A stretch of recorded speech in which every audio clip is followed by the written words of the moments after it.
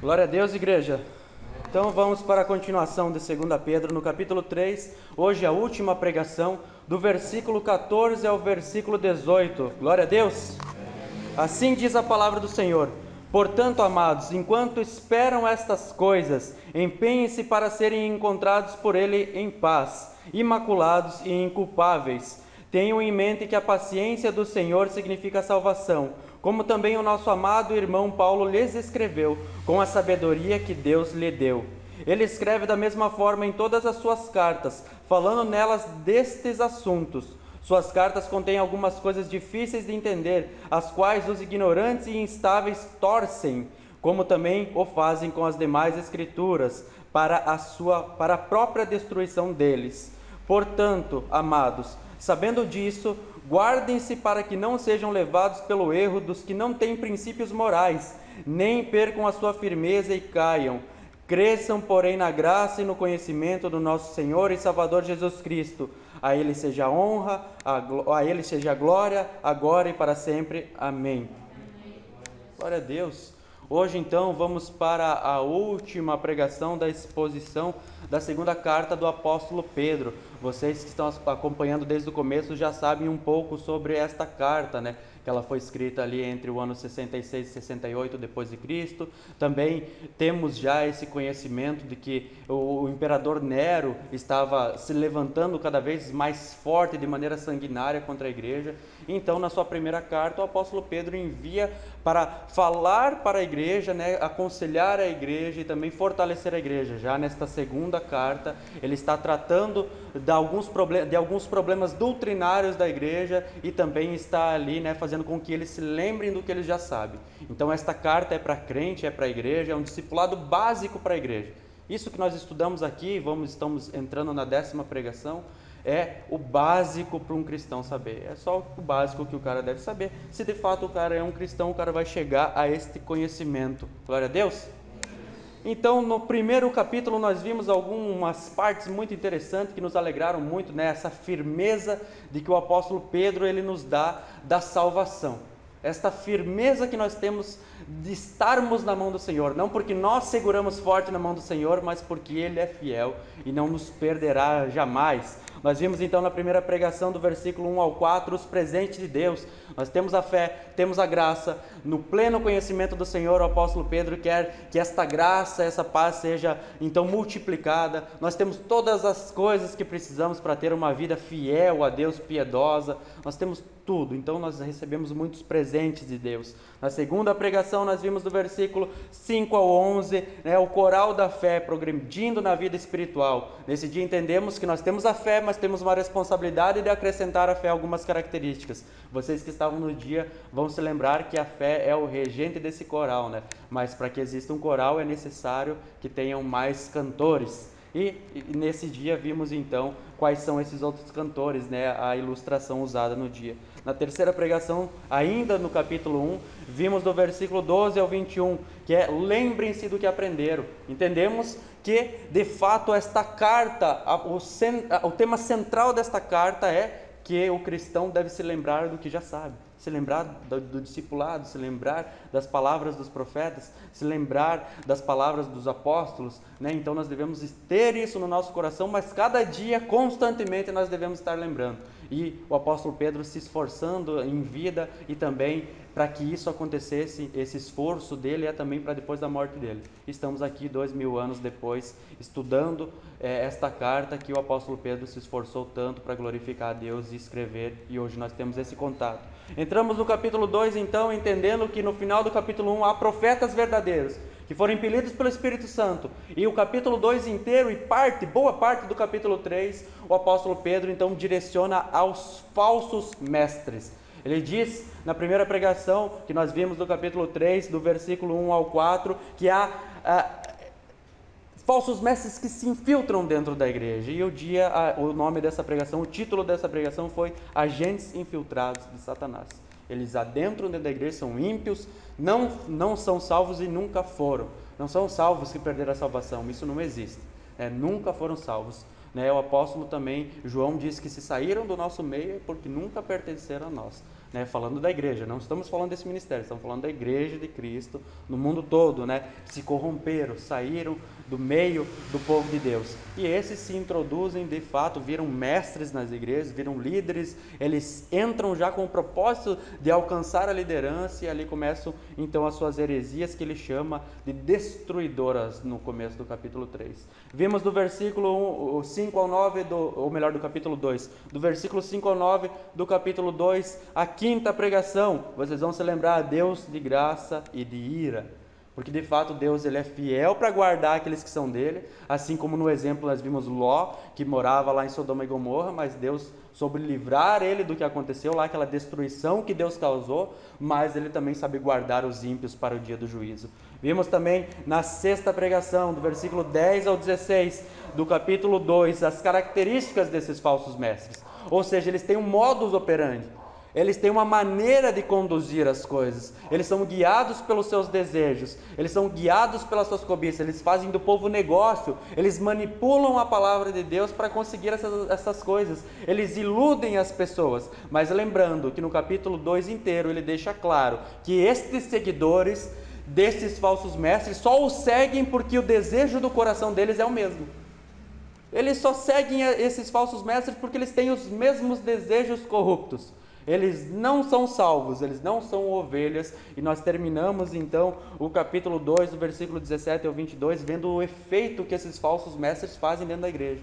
E os provérbios, né, e os ditos populares que ele terminou, que é o cão voltando ao vômito e a porca lavada voltando a revolver-se na lama. De fato, eles são assim. Eles causam um estrago muito grande, gigante, dentro das congregações. Mas a grande verdade é que eles são cães que voltam a comer o seu próprio vômito, são porcas lavadas que voltam à lama. Não importa qual a mudança externa, qual a mudança aparente, qual a mudança moral, não houve mudança dentro do coração dessas pessoas. Elas não se tornaram ovelhas, elas não foram salvas pelo nosso Senhor e Salvador Jesus Cristo. Então você pode lavar uma porca, você pode fazer esse teste, colocar ouro, prata, colocar brinco, colocar um colar, que ela vai voltar para o habitat natural dela, ela vai voltar a revolver-se na lama, porque esta é a natureza dela. Então, a ovelha do Senhor, não, ela segue o seu pastor. Estes do capítulo 2 nunca foram ovelhas. Adentramos no capítulo 3, agora mudando um pouco.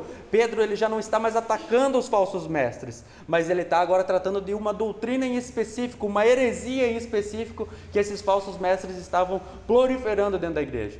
Existiam dezenas de heresias já naquela época. E hoje, se você estudar a história da igreja, a história das heresias daquela época, os falsos ensinos, vocês vão ver que eles ainda estão aqui, eles só começam a mudar de nome.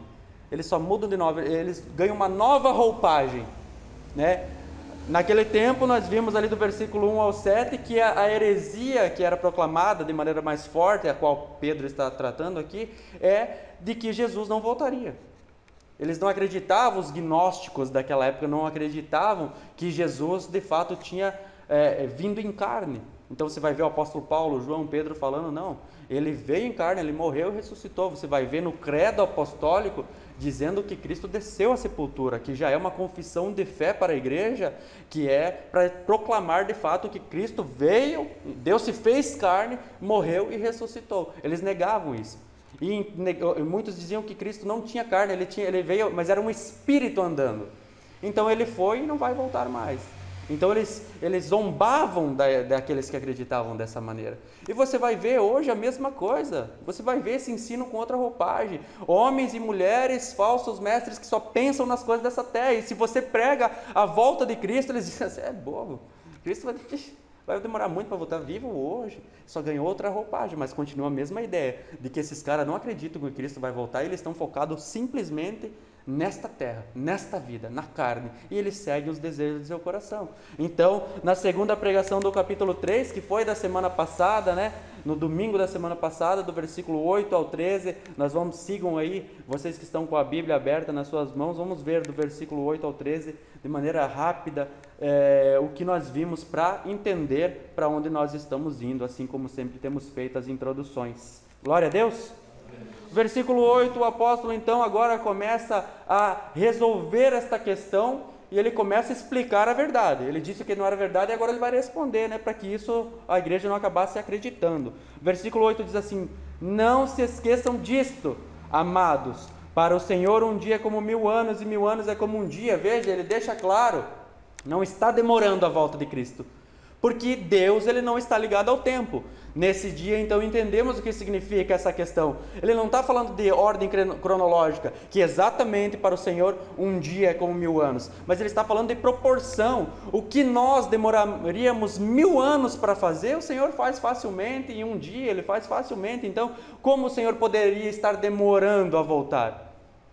Como o Senhor Jesus poderia estar demorando? Se ele faz a hora que ele quiser, no tempo que ele quiser, para ele, o plano dele está caminhando conforme ele quer. Então não tem nenhuma demora, está completamente certinho, o tempo certo, os tempos certos. No versículo 9 diz assim: o Senhor não demora a cumprir a sua promessa como julgam alguns, pelo contrário, ele é paciente com vocês, não querendo que ninguém pereça, mas que todos cheguem ao arrependimento. Vocês se lembram o contraste do capítulo 2, dizendo que os falsos mestres e os seus seguidores, eles estão guardados para o dia da ira. Eles já estão destinados para o dia da ira. Então é óbvio que aqui perecer, ou se perder, ou a paciência do Senhor é que chegue ao arrependimento. O Senhor não está na expectativa dizendo assim: quem que vai se salvar, quem que não vai se salvar, quem que vai me aceitar, quem não vai me aceitar. Porque no capítulo 2 ele já disse: esses falsos mestres e seus seguidores já estão guardados para o dia do juízo. Mas não, aquele que é salvo, então um dia vai chegar ao conhecimento da verdade. Nós que somos salvos acreditamos que aí fora existem muitos salvos, ou melhor, nós temos esse sentimento, esta fé, né, que tomara que tenham muitos salvos ainda na cidade de Francisco Beltrão, a qual só precisa que nós, como igreja, chegamos até eles, proclamamos o Evangelho para que então eles sejam revelados, para que então Deus os salve. Deus vai fazer isso, com nós ou sem nós. Se nós não formos, Deus vai enviar outro. Mas eu garanto para vocês, quando Deus age através das nossas vidas, pode morrer na hora que você não tem mais nada para cumprir nessa terra, porque você está feliz que qualquer pessoa que chegar e te der um soco na cara, está tudo certo, eu estou cumprindo a vontade do Senhor. Se alguém vem, por que você acha que os cristãos eram mortos naquela época e ainda são mortos até hoje? Antes queimados, muitos a tiros, muitos degolados, né? Cortaram a cabeça fora, porque, meu Deus, quando você é usado pelo Senhor, quando você sente o poder de Deus, o que importa mais a vida? Importa é viver para Cristo, senão morrer é lucro, como diz o apóstolo Paulo. Então é fato que nesse texto aqui ele não está falando de ninguém, que Deus está na expectativa para ver quem vai se salvar ou não, né? Ele já tem os escolhidos dele, mas eles precisam ser revelados pela pregação do Evangelho. Então a paciência do Senhor está fazendo com que mais desses que são salvos, eleitos do Senhor, cheguem ao conhecimento da verdade. Então não é demora, é paciência, é salvação, é graça de Deus sobre as nossas vidas. No versículo 10 diz assim: o dia do Senhor, porém, virá como um ladrão, os céus desaparecerão como um grande estrondo, os elementos serão desfeitos pelo calor, e a terra e tudo que nela há será desnuda. Nós vimos então o que significa isso. Muitos dizem assim: ó, o dia do Senhor vai vir como um ladrão, fique ligado, pode ser a qualquer momento. Qualquer momento, não. Nós fomos lá para Tessalonicenses, o apóstolo Paulo explica isso, dizendo: virá como um ladrão para o mundo. Eles não estão aguardando a volta do Senhor, quem está aguardando é a igreja. Então como é que a igreja vai ser pega de surpresa? Não vai ser pega de surpresa. Nós estamos estudando a palavra do Senhor, vendo os tempos, vendo as características dos tempos. Nós não sabemos o dia nem a hora, mas nós podemos, pela Bíblia, pelos sinais que o Senhor falou que haveriam nesses últimos dias, nós podemos saber então se nós estamos próximos ou não. Nós não seremos pegos de surpresa. Paulo deixa claro aos Tessalonicenses, diz: já fomos tirados das trevas para a luz. Então o dia do Senhor não vai vir como um ladrão para nós. E naquele dia ele deixa claro: tudo vai ser destruído. Não só esse mundo, mas o universo inteiro. Todos os poderes do universo serão destruídos. E nós entendemos um pouco mais naquele dia sobre isso. Versículo 11 ele diz assim: visto que tudo será assim desfeito, que tipo de pessoas é necessário que vocês sejam? Vivam de maneira santa e piedosa. Isso tudo vai acabar, vai ser destruído. Vai ser destruído, antes foi em água, né, no dilúvio, agora vai ser destruído em fogo. E não só o mundo, o universo inteiro. Né? Que tipo de pessoa que nós devemos ser? Ele responde: uma pessoa que tem uma vida santa, santificada, separada para o Senhor, uma pessoa obediente ao Evangelho. Nós não somos perfeitos, nós somos pecadores, mas o cristão entra em comunhão e ele progride na vida com Deus, ele progride em santidade, então ele luta contra o pecado, ele luta contra esse desejo pecaminoso. E uma vida piedosa significa alguém que é temente a Deus, alguém que é reverente ao Senhor. E ele termina o versículo 12 dizendo assim: esperando o dia de Deus, apressando a sua vinda.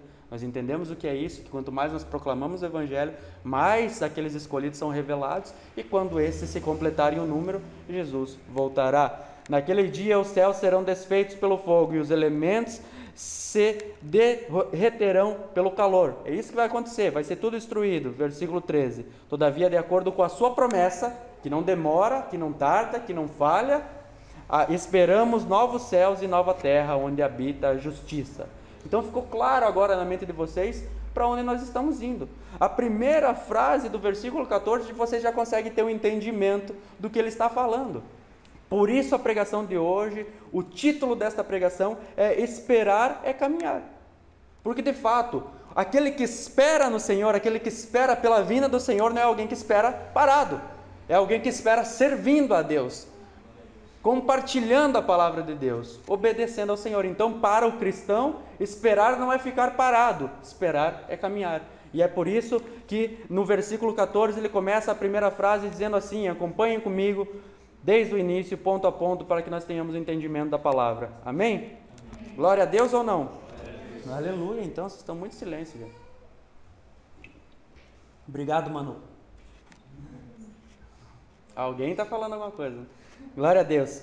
Diz assim, primeira parte do versículo 14 de 2 Pedro capítulo 3. Portanto, amados, enquanto esperam estas coisas, portanto vocês já sabem que ele está se encaminhando para a conclusão. Ele está começando a concluir esta carta, mas ele vai dar alguns conselhos práticos, algumas instruções práticas, e daí sim ele conclui a carta. Aqui ele está concluindo, começando a concluir o raciocínio que ele vinha dizendo desses falsos mestres desta doutrina. Enquanto esperamos, ele nos chama de amado, ele está falando: vocês são amados. Eles não são do povo de Deus. Então o que ele está falando aqui é para a igreja. Ele está alertando a igreja sobre estas coisas.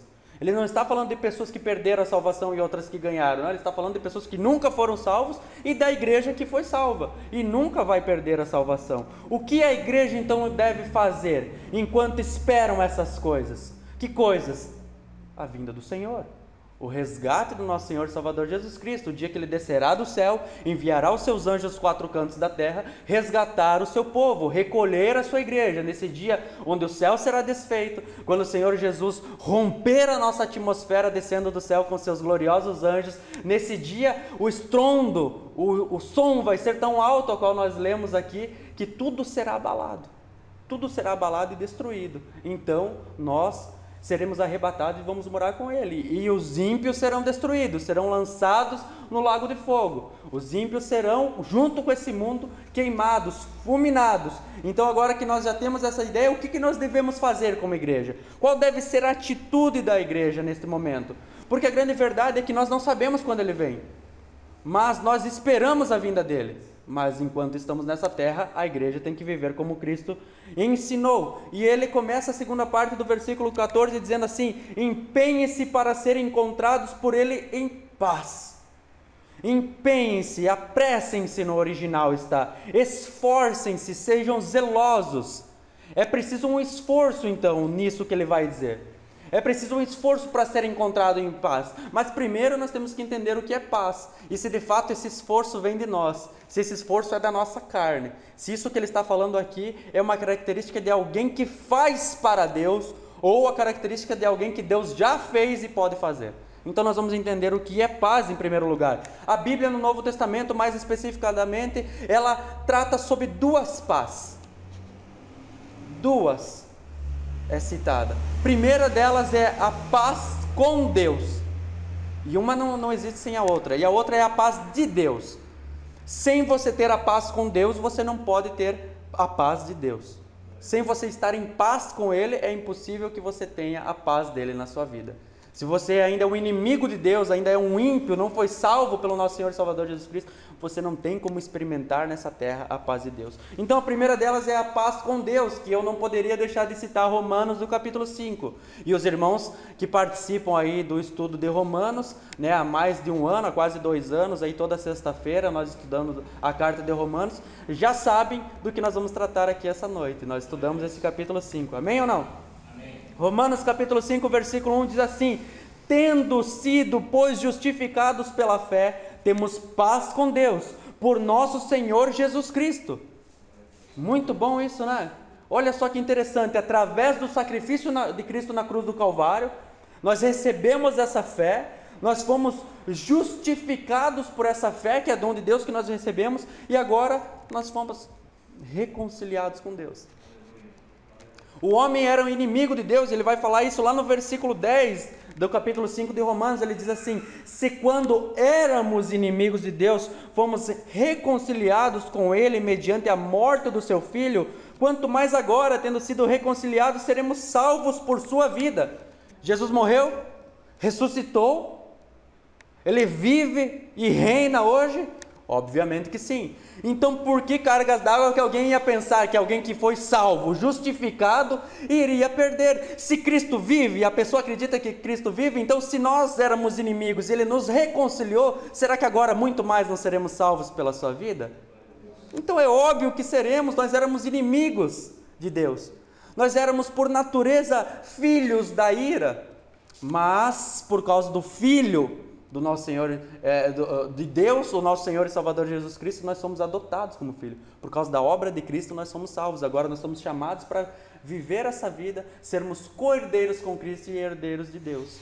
Nós somos irmãos do nosso Senhor e Salvador Jesus Cristo. Isso não exclui que Ele é o nosso Senhor e nós somos escravos dele, mas sim, Ele é o nosso irmão mais velho. Nós somos adotados por Deus. Ele nos reconciliou com Deus e hoje nós podemos experimentar esta paz.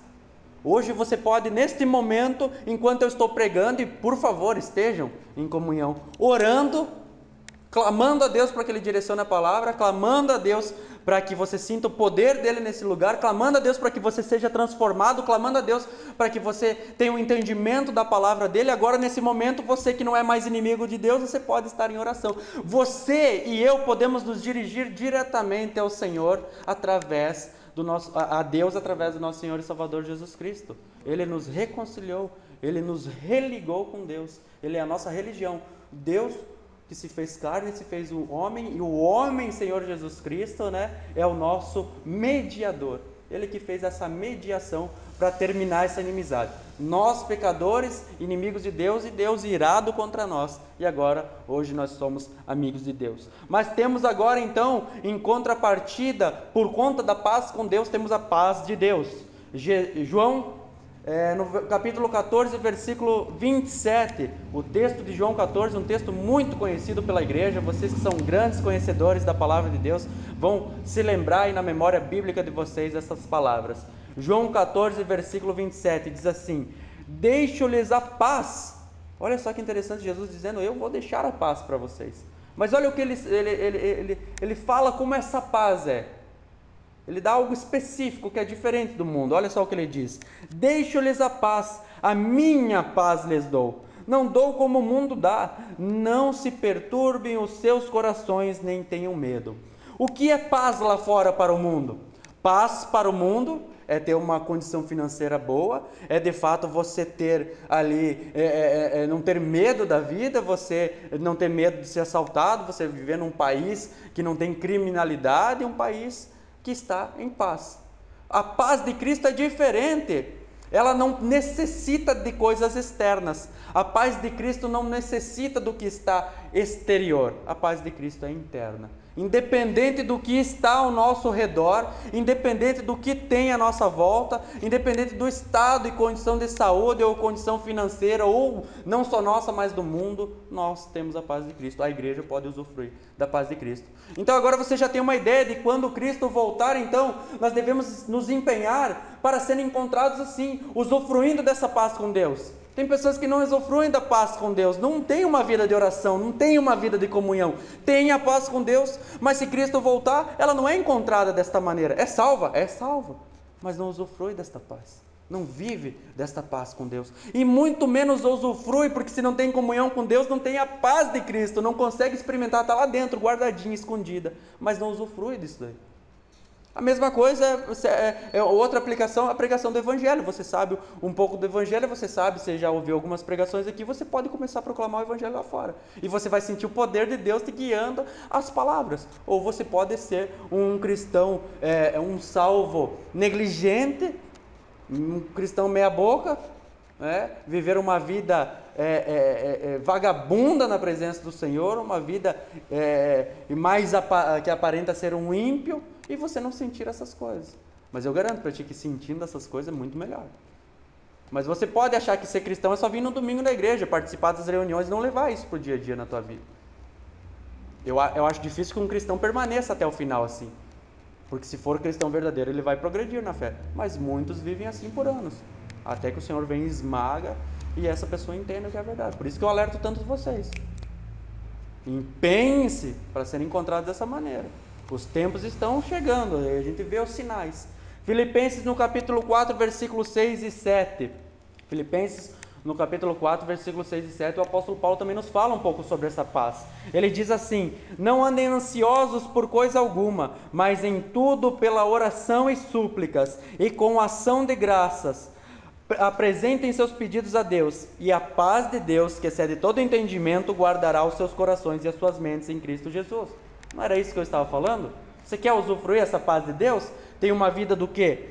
Oração e súplica e com ações de graça, uma vida de comunhão com Deus, alguém que tem uma vida constante em oração, alguém que quando tem algum problema está suplicando a Deus, suplica a Deus não só pelos seus problemas, suplica a Deus pelas almas, suplica a Deus e agradece a Deus. Ações de graça quer dizer que é uma pessoa agradecida a Deus, uma pessoa grata ao Senhor. E o que acontece com uma pessoa que age dessa maneira? Se você quiser saber mais sobre esse texto aqui, sobre o versículo que vem após, você pode ir lá no canal do YouTube da igreja, tem ali uma exposição sobre esse texto, que é combatendo a ansiedade. Então muitas pessoas hoje, por conta da pandemia e tudo que está se sucedendo por causa dela, estão muito ansiosas, estão sofrendo com isso. Mas aqui Paulo nos dá o remédio para isso, uma maneira de combater a ansiedade, alguém que está em comunhão com Deus em oração. E o que acontece com essa pessoa? O versículo 7 diz: a paz de Deus, que ela excede o entendimento, a gente não consegue compreender. E se a gente não consegue compreender, imagine as pessoas lá de fora que olham para a gente, mas como é que você está em paz no meio de tudo isso? Como é que você pode estar tão tranquilo? As pessoas às vezes até acham que a gente é desleixado, que a gente não se importa com a vida e não se importa com as coisas. Não, pelo contrário, é a paz de Deus que excede todo entendimento. Elas olham para nós e não conseguem entender. Como é que você não está apavorado? Como é que você não está com medo? Porque a paz de Deus que excede todo entendimento, o original aqui no grego, guardará os seus corações, é uma palavra usada militar, é uma palavra militar. Então guardará é como um guarda armado, né, um sentinela, um atalaia, que está ali na porta da nossa mente e do nosso coração, é a paz de Deus, e ela guarda o nosso coração e a nossa mente. Então quando a ansiedade, o medo, as coisas dessa vida vêm e batem na porta da nossa mente, no nosso coração, esses sentimentos, a paz de Deus diz assim: quem é você? Ansiedade, preocupação, falta de fé. Não, aqui você não pode entrar. Aqui a paz de Deus está guardando esse coração e essa mente. Então o cristão, um pouquinho ele pode experimentar isso daí. Mas quando ele está numa vida de comunhão com Deus, essas coisas não acontecem. Você está ali completamente empenhado em viver uma vida, usufruindo da paz que temos com Deus e usufruindo dessa paz que Deus nos deixou, que o nosso Senhor e Salvador Jesus Cristo nos deixou. É dessa maneira. E a continuação do versículo 14 dá exatamente o que é essa paz com Deus. O que é estar em paz com Deus? É ser encontrado ali, então empenhado em ser encontrado em paz, imaculados e inculpáveis. Então alguém que está em paz com Deus e usufrui da paz de Deus, ele é alguém que está se afastando. Imaculado é exatamente sem pecado. Mas por que nós podemos dizer, por que a Bíblia nos chama de santos, se a gente ainda tem pecado? Se a gente ainda é pecador. Mas por causa da obra de Cristo nós somos chamados de santo. A igreja é chamada de santa por causa da obra dele. Então quando Deus nos olha Para Deus já aconteceu todas as coisas, já fomos justificados, já fomos santificados, já fomos glorificados. Ele está na eternidade, nós que estamos ainda andando nessa terra. Para Deus tudo isso foi concluído. Então, viver de maneira imaculada, viver obediente aos mandamentos do Senhor e inculpáveis. Alguém que não é encontrado culpa nessa pessoa, porque foi justificada pelo nosso Senhor e Salvador Jesus Cristo. Então agora ele é justo perante Deus. Por causa das nossas obras nós temos essa paz com Deus, por causa das nossas obras nós temos essa paz de Deus. Por causa das nossas obras nós somos imaculados e inculpáveis, ou melhor, quando o Senhor voltar nós seremos encontrados assim. É por causa das nossas obras? Não, não é por causa das nossas obras. É por causa da obra de Cristo na cruz do Calvário. Mas de fato, quem tem que usufruir disso, se empenhar para ter uma vida desta maneira somos nós. Porque aquele que realmente é salvo, ele se empenha para fazer a vontade do Senhor. Ele se empenha para aprender a palavra do Senhor. Efésios 5, 25 ao 27, vocês vão entender um pouco mais que esta é a obra do Senhor. Quando Paulo estava dando a instrução aos maridos e às esposas, ele diz assim aos maridos, e os homens que estão aqui, os que são casados e os que em breve serão, vocês vão entender como deve ser a vida do homem, o que o homem deve ser para sua esposa. Ele deve ser assim como Cristo é para a igreja. E olha só, Efésios 5, 25 ao 27 diz assim: maridos, amem as suas mulheres, assim como Cristo amou a igreja e entregou-se a si mesmo por ela. Para quê? Ele continua: para santificá-la, tendo-a purificado pelo lavar da água mediante a palavra, e apresentá-la a si mesmo como igreja gloriosa, sem manchas, nem ruga, ou coisa semelhante, mas santa e inculpável. A obra do nosso Senhor e Salvador Jesus Cristo é esta, para que no dia da volta dele nós estejamos encontrados em paz com Deus, na paz de Deus, inculpáveis e imaculados. Isso é a obra do Senhor. Só pode usufruir disso aqueles que são amados do Senhor, aqueles que são agraciados pelo Senhor, aqueles que foram salvos por Deus. Claro, como a água transparente, é ou não é? É profundo, mas nós podemos viver dessa maneira durante o nosso dia a dia.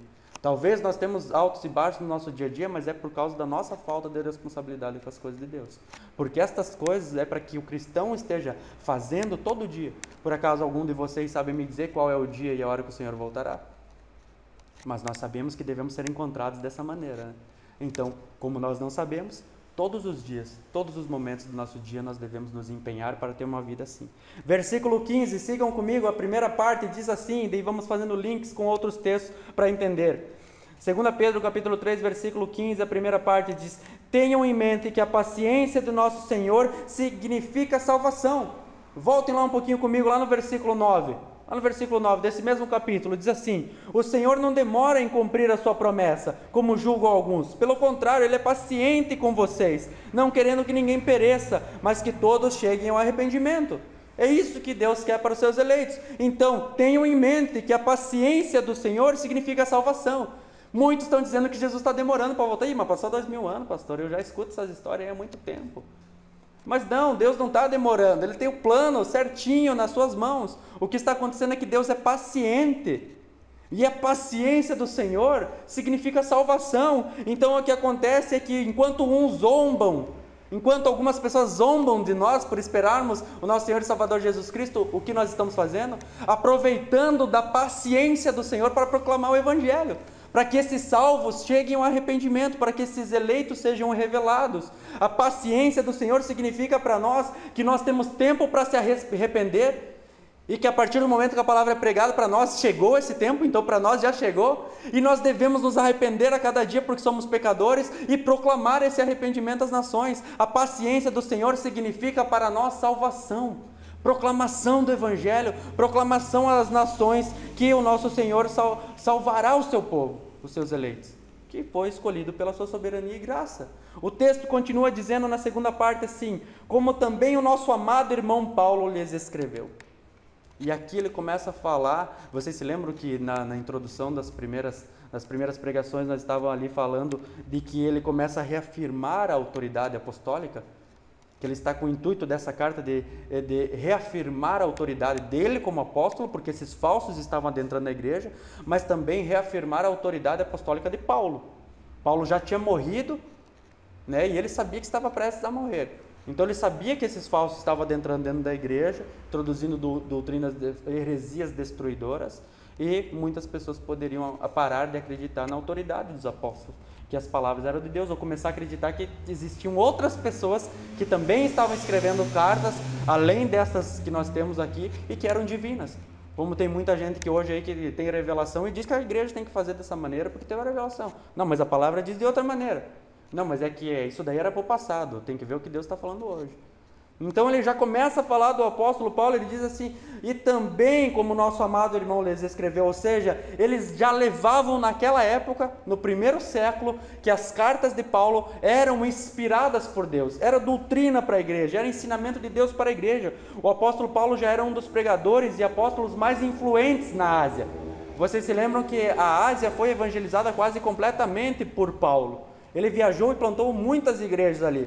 Algumas das cartas que já existiam na época, que foram direcionadas, existiam outras além dessas que eu vou citar, mas que foram enviadas para as regiões da Ásia, entre elas estava de Efésio, Colossenses, 1ª e 2ª Tessalonicenses, 1ª e 2ª Timóteo. Essas cartas já existiam e eram cartas circulares, eram cartas que circulavam de uma igreja para outra. Então eles já conheciam, o apóstolo Paulo já era muito influente, então ele está falando aqui, Paulo lhes escreveu essas coisas. O que eu estou falando aqui não é novo para vocês. O que eu estou falando para vocês, o que vocês devem fazer, viver uma vida santa, piedosa, sem culpa, sem mácula, imaculada, uma vida que está ali se empenhando em fazer a vontade de Deus. O apóstolo Paulo já escreveu para vocês isso daí. O nosso amado irmão Paulo já falou isso para vocês. Vocês já têm esse conhecimento. Por isso que na carta inteira ele enfatiza tanto, lembrem-se. Porque não é nada novo que eu estou falando para vocês. O apóstolo Paulo já escreveu dezenas aí de cartas, a qual nós temos aí 13, só no Novo Testamento aí, as cartas de Paulo são 13, muitas se perderam, mas nós sabemos que Deus é soberano, então aquelas que nós precisamos como igreja são essas. Mas existiam outras cartas. Só para Coríntios, os historiadores dizem que foram 4, nós temos 2 na Bíblia. Mas Deus, na sua soberania, sabe que o que tem aqui é o que precisa para a igreja. Ou que se perdeu, não, ou já tinha repetido aqui, ou algum outro escritor da Bíblia já tinha mencionado, porque Deus é soberano e Ele vem guardando a sua palavra. Jamais Deus ia deixar com que a sua palavra se perdesse até chegar a nós, né? Ou chegasse em migalhas, ou chegasse em pedaços, meias verdades. Não, a verdade de Jesus Cristo é que liberta completamente, não pedaços da verdade sobre Jesus Cristo. Então Deus tem guardado e Ele vem mantendo isso. E hoje nós podemos estudar, vocês veem que nós estamos fazendo a exposição de 2 Pedro, e quantos versículos eu cito aqui de cartas que foram escritas pelo apóstolo Paulo. Filipenses no capítulo 2, versículo 12 e 13. Filipenses capítulo 2, versículo 12 e 13.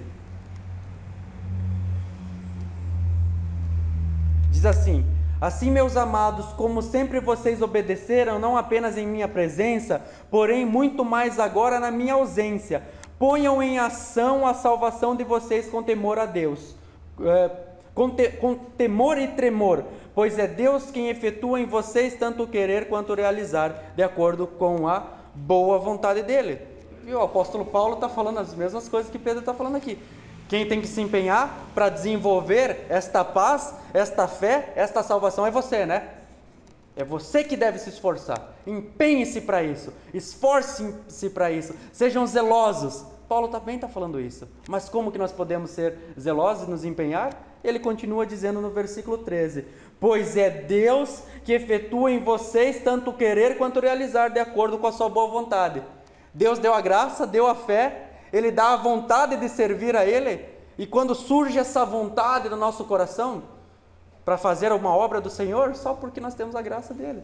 Porque o descrente não tem vontade de servir a Deus, o descrente não tem vontade de ser obediente a Deus, o descrente não tem desejo de fazer a vontade do Senhor, e nem pode, porque é inimigo de Deus, ele não está em paz com Deus. Tudo que o descrente faz, tudo que aquele que muitas vezes se julga ser cristão e evangélico, né, mas as suas práticas mostram que não são, tudo que eles fazem, Deus não recebe como adoração. Esta pessoa pode estar no culto, com as mãos para o alto, chorando e aparentemente glorificando ao Senhor. Mas não, ela não está fazendo a vontade de Deus, porque ela é inimiga de Deus. Deus não quer saber dela. Esta pessoa pode estar ali aparentemente, nossa, que pessoa quebrantada, servindo ao Senhor, olha como glorifica a Deus. E no fundo ela está fazendo isso porque está emocionada e porque ela está se sentindo bem. Ela vem na igreja porque se sente bem. Ela vem na igreja porque ela procura pregadores que emocionam ela. Eu não sigo doutrina de igreja, dizem. Não, eu vou onde que eu me sinto bem. É o ímpio. Essa é uma característica muito forte do ímpio. Está entendendo? Porque ele quer o sentimento. Ele não quer salvação. Ele não quer as palavras de vida eterna. Ele quer o sentimento bom para essa terra. Então está cansado da semana, do trabalho. Está cansado aí desse mundo, da pandemia. Ele vai na igreja para se sentir bem. Nossa, descarreguei as minhas energias. Não é assim que as pessoas falam, nossa, olha só como eu estou leve. Ué, durante a semana não estava com Deus? Agora que veio se reabastecer, daí fica longe de Deus a semana inteira e volta no domingo se reabastecer. Não, isso daí nunca viveu com Deus. Nada que essa pessoa faz agrada a Deus. Ela não é salva. Não é uma pessoa que foi resgatada pela obra do nosso Senhor e Salvador Jesus Cristo. Porque de fato aquele que é salvo desenvolve a sua salvação. Olha só, vou ler de novo o versículo 12 e 13 de Filipenses capítulo 2. Parece que assim, ó, a salvação depende de mim. Eu que tenho que fazer. Olha só. Assim, meus amados, como sempre vocês obedeceram, não apenas em minha presença, porém muito mais agora na minha ausência, ponham em ação a salvação de vocês com temor e tremor a Deus. Façam, ponham em ação essa salvação, desenvolva essa salvação no seu trabalho, desenvolva essa salvação na sua casa, desenvolva essa salvação no seu casamento, desenvolva essa salvação com os seus amigos, desenvolva essa salvação não só reunido como igreja, mas em todas as áreas da sua vida, viu? A responsabilidade é tua, senão você não vai ser salvo. Viu? É você que tem que se esforçar, porque senão você perde essa salvação. E se você não desenvolver ela, ela vai ficar para trás e você vai perder. Não parece? É isso, né? A responsabilidade é tua. Mas daí o versículo 13 vem e destrói isso daí. Diz assim: pois é Deus quem efetua em vocês tanto o querer quanto o realizar, de acordo com a sua boa vontade. Sabe por que nós podemos desenvolver a salvação em todas as áreas da nossa vida? Porque Deus faz a gente querer isso. Então, quando a Bíblia diz assim, não é por força nem violência, então, não, é pelo amor, é pelo amor. Você tem que pregar mais calmo, mais manso, tem que falar do amor de Deus, mas tudo é amor de Deus quando se trata da palavra. Quando Jesus ele vem e repreende as pessoas, quando a palavra dele é dura, assim como no capítulo 2 com os falsos mestres, chamando eles de malditos, isso é o amor de Deus. Deus ama suficientemente a sua igreja que quer alertar a sua igreja contra esses homens. Então, é Deus, pela sua vontade, que efetua dentro de nós esse querer. Deus não obriga a gente a fazer nada. Com certeza você vai fazer. Você gostando ou não. Mas Deus faz você amar ainda quando você faz. Eu não quero, eu conto tanto testemunho para vocês. Eu não quero. Daí vai e fica feliz da vida, porque Deus que está te carregando no colo e se vê que é amado pelo Senhor. Não, eu não vou espernear, não vou fazer, é difícil, eu não consigo, daí faz. Meu Deus do céu. Por que eu fui tão besta de não fazer? Por que eu fui tão besta? Porque eu tive tanto medo de fazer isso. Ele sente a vontade de Deus sendo realizado na sua vida e Ele está despertando cada vez mais a sua igreja para fazer as obras que Ele preparou de antemão. O texto continua ainda ali no versículo 15 de 2 Pedro, no capítulo 3, ele diz assim: com sabedoria que Deus lhe deu. Então, o apóstolo Paulo, ele escrevia cartas, mas ele deixa claro aqui, estas cartas são inspiradas por Deus. Estas cartas não é uma carta simplesmente de conselhos humanos. Veja que muitas pessoas eles dizem isso. Paulo, em algumas das suas cartas, principalmente em Coríntios, ele diz bem assim: falo como homem. Assim digo eu e não o Senhor. Ou seja, ele está dizendo assim: o Senhor não me falou nada a respeito disso, mas querem um conselho? Eu vou dar um conselho para vocês. Então, eu posso dizer para vocês bem assim: a opinião de vocês não importa. A opinião de Paulo importava, sabe por quê? Porque ele estava escrevendo a carta aos Coríntios e quando ele diz bem assim: o Senhor não me falou nada, mas eu vou dar um conselho para vocês, a sabedoria era de Deus. Então a opinião de Paulo, que ele fala assim: eu vou dar um conselho para vocês, era inspirado por Deus. Não estava vindo dele, não era Paulo com seu conhecimento e a sua sabedoria carnal escrevendo, não. Com a sabedoria que Deus lhe deu e ele estava usufruindo dessa sabedoria escrevendo as cartas. Muitas pessoas dizem assim: não, mas isso daí eu não preciso seguir, porque Paulo está falando aqui, digo como homem, não é Deus que está falando. Então tem partes que eu sigo e partes que eu não sigo. Fica conveniente esse tipo de pessoa, né? Porque eu posso seguir de qualquer maneira, né? Não, aqui assim como Paulo lhes escreveu. E como que ele escreveu? Até quando ele estava dando conselhos pessoais, não vinha da carne dele. Era um homem que estava em comunhão com Deus e foi autorizado a escrever a palavra do Senhor, autorizado a escrever doutrinas da igreja, autorizado diretamente pelo nosso Senhor e Salvador Jesus Cristo. Não teve ninguém depois dele. Ele fala: eu fui o último a ver o Senhor. Depois dele não tem ninguém. Olha só que interessante você estudar a história da igreja. Policarpo de Esmirna, ele foi o bispo da cidade de Esmirna. Ele nasceu no ano 65 depois de Cristo. E olha só que interessante a vida dele, um pouquinho aqui para você entender. Ele foi discípulo do apóstolo João. Vocês se lembram como foi um pouco da vida do apóstolo João? Os apócrifos ali, outros livros históricos dizem que o apóstolo João tentaram matar ele um monte de vezes. Colocaram ele dentro de um caldeirão de óleo fervendo, colocaram ele dentro, não se queimou. Esse cara não morre. E daí, uma certa vez, tiraram um monte de flecha nele, jogaram ele numa vala, estava morto. Os discípulos foram lá e recolheram ele, provavelmente até Policarpo estava nessa jogada aí. Porque ele viveu junto com o apóstolo, ele foi discípulo do apóstolo, foram lá pegar ele e estava vivo. nem óleo, nem... E olha só, o discípulo do apóstolo João, Policarpo, ele morreu no ano 155 de velho na ilha de Patmos, assim como o apóstolo João, morreu de velho na ilha de Patmos. Não tem como matar esse homem, vamos jogar lá para a ilha que ele vai morrer de velho lá, a ilha vai matar. Certa vez a história conta que amarraram ele, né? Ele ia ser martirizado, tacaram fogo nele e as chamas não pegavam nele. A história conta. E este homem, olha só o que ele fala do apóstolo Paulo na sua epístola, a epístola de Policarpo aos Filipenses. Eles escreviam cartas, estas cartas que não são inspiradas pelo Espírito Santo. E ele deixa claro, olha só: não é por mim mesmo, irmãos, que lhes escrevo sobre a justiça, e sim porque vocês me pediram primeiro, pois nem eu, nem ninguém como eu pode chegar à sabedoria do abençoado e glorificado Paulo. Ele, estando entre vocês, anunciou com exatidão e força a palavra da verdade, na presença daqueles que estão vivos ainda. Eu estou escrevendo uma carta para aconselhar vocês, mas porque vocês pediram, mas olha, não tem ninguém que possa chegar, se comparar com a sabedoria do apóstolo Paulo. É o apóstolo Paulo que glorificado, assim como ele diz aqui. Mas por quê? Aqui Pedro falando a sabedoria que Deus lhe deu. Porque ninguém depois desses homens que foram autorizados por Deus para proclamar o evangelho, ninguém escreve a palavra do Senhor. Ninguém tem doutrina para a igreja a não ser dessas que já estão aqui. Porque esses homens, o apóstolo Paulo, e Pedro deixa claro aqui, ele foi impulsionado pelo Espírito Santo. Ele escreveu com a sabedoria que Deus lhe deu. E ninguém nessa terra pode comparar a sua sabedoria com a sabedoria de Deus. Quando Deus dá sabedoria para uma pessoa, com o propósito que Ele tem para essa pessoa, conforme a sua vontade, não há comparação. A Bíblia diz, Paulo escreve a 1 Coríntios, ele diz assim: a sabedoria do mundo é loucura para Deus. O que o homem julga ser sábio para Deus é loucura. Esse cara, eu imagino assim, Deus olhando para a gente, o cara acha que é esperto, esse cara é louco. Mas daí ele diz em contrapartida, mas a sabedoria de Deus é loucura para o mundo, por isso o mundo não nos entende. Por isso o mundo não consegue entender essas palavras. Por isso o mundo não consegue compreender isso. E até esta semana aí rolou aquela ideia ali do Fábio Porchat. Ele é ateu e ele diz: quanto mais eu leio a Bíblia, mais ateu eu fico. E é exatamente isso. O salvo, quanto mais ele lê a Bíblia, mais ele entende a graça do Senhor. E aquele que não é eleito, não é escolhido pelo Senhor, quanto mais ele lê a Bíblia, mais ele diz: isso daí não é loucura, não pode ter acontecido, não é verdade. Porque a verdade é essa: aqueles que não são escolhidos pelo Senhor, Romanos no capítulo 1 vai dizer, Deus ele larga aos seus desejos pecaminosos dos seus corações.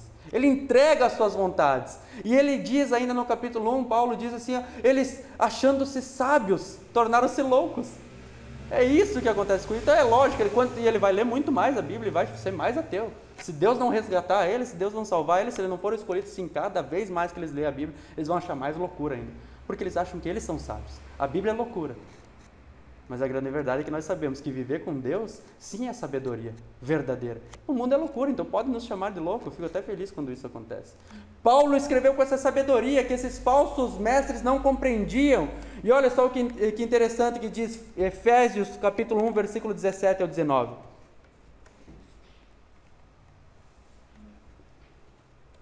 Efésios capítulo 1, versículo 17 ao 19 diz assim: peço que Deus, do nosso Senhor Jesus Cristo, o glorioso Pai, lhes dê espírito de sabedoria e de revelação no pleno conhecimento dele, Oro também para que os olhos do coração de vocês sejam iluminados, a fim de que vocês conheçam a esperança para a qual Ele os chamou, as riquezas da gloriosa herança dele nos santos, e a incomparável grandeza do seu poder para conosco, os que cremos, conforme a atuação da sua poderosa força.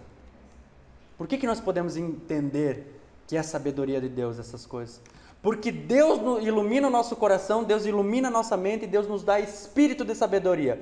Então hoje nós podemos ter um pleno, um completo conhecimento de Deus, porque nós conseguimos olhar para a Bíblia, estudar e chegar ao conhecimento da verdade. Porque Deus nos deu esse espírito. Sabe o espírito que agia no apóstolo Paulo para que ele escrevesse essas cartas? O Espírito Santo de Deus, derramando a sabedoria do Senhor sobre a vida dele, é o mesmo Espírito que age em mim e você nesse momento para compreender essa palavra e dizer, é isso que eu creio. É nisto que eu acredito. Nós cremos conforme a atuação poderosa da força de Deus. É isso que eu acredito, é dessa maneira que eu quero viver. Eu escuto a palavra do Senhor sendo proclamada e eu penso assim, Pai, por favor me dá graça para que eu viva dessa maneira.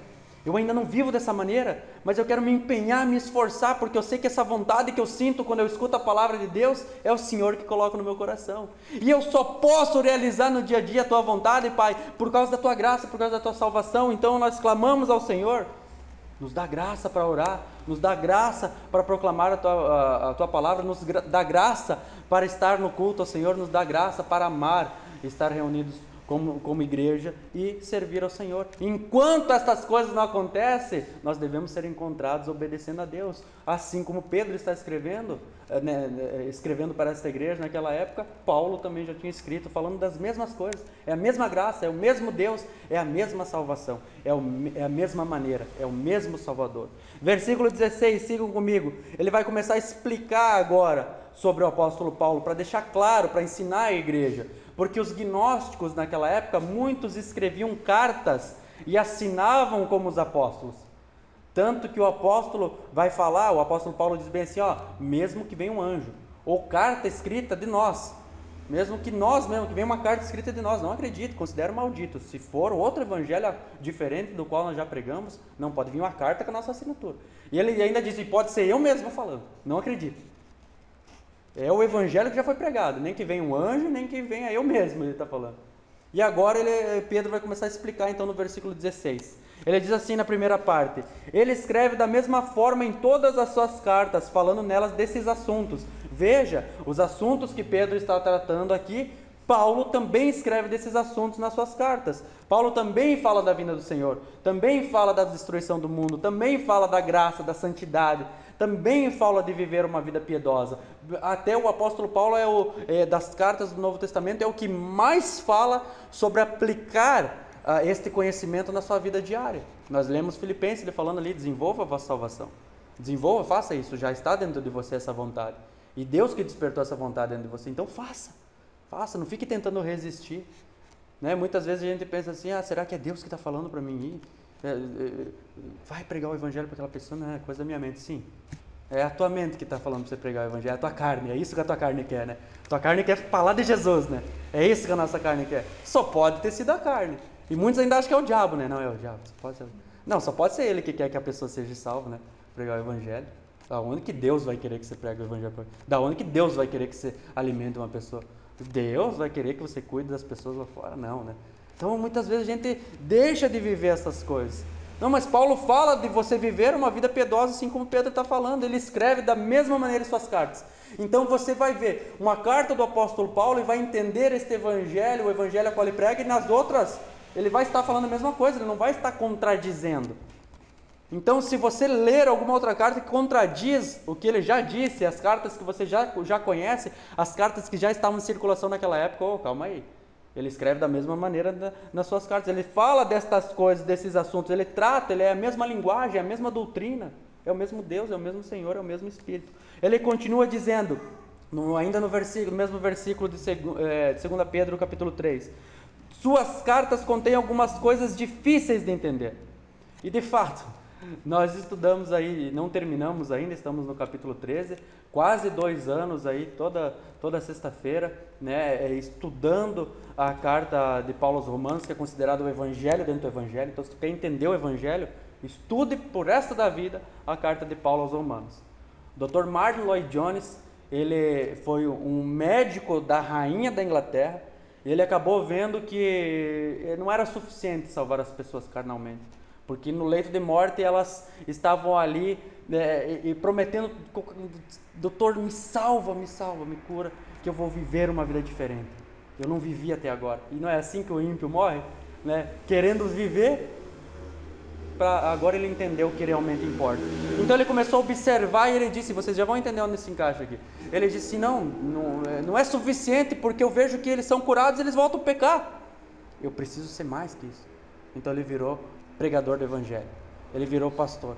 E ele ficou, se eu não me engano, 12 ou 14 anos. Não, ele ficou 12 anos só pregando no livro de Romanos. E ele morreu no capítulo 13 ou 14. Eu não me lembro exatamente assim, mas foram mais de 10 anos que ele ficou pregando e ele morreu antes de terminar. Ou seja, ele ficou mais de 10 anos pregando no mesmo livro. E ele ainda morreu e não conseguiu terminar a exposição do livro. Vocês estão entendendo o que? 3 capítulos aqui, em 10 pregações eu expus. É a 10ª pregação agora. 16 capítulos de Romanos. Esse homem passou mais de uma década pregando. Então, de fato, existem coisas muito profundas e muito difíceis de compreender, mas agora, com o conhecimento que ele tem, você pode comprar ali 6 livros, que são os comentários bíblicos de Martyn Lloyd-Jones a respeito de Romanos, e tudo o que Deus derramou sobre a vida dele, e os anos que ele ficou estudando, todos os outros comentaristas e a história da igreja. Hoje nós podemos ter compilados em um comentário, e você pode ler ali os comentários e ler a Bíblia e entender mais. Então, toda esta carga que esses homens estudaram a respeito das cartas de Paulo, que são sim muito complexas e muito difíceis, hoje nós podemos compreender muito mais. Naquela época já era mais difícil. Hoje nós temos uma teologia formada, as cartas, o cânon da Bíblia não era formado naquela época. Hoje nós podemos ter um conhecimento muito maior, as cartas estavam sendo escritas, Pedro escreveu isso daqui, e só depois dessa carta, a sua primeira e segunda carta, veio para o cânon, né? Obviamente pela vontade de Deus. Mas de fato, olha só, o que essas pessoas, esses ímpios fazem então com a palavra de Deus? Nós buscamos o pleno conhecimento, né? Que Deus já derramou, nós só temos que estudar para entender, né? Para obtê-lo, já está nas nossas vidas. Mas olha só, os quais os ignorantes e instáveis torcem, ele continua o versículo. Paulo escreveu com a sabedoria que Deus lhe deu.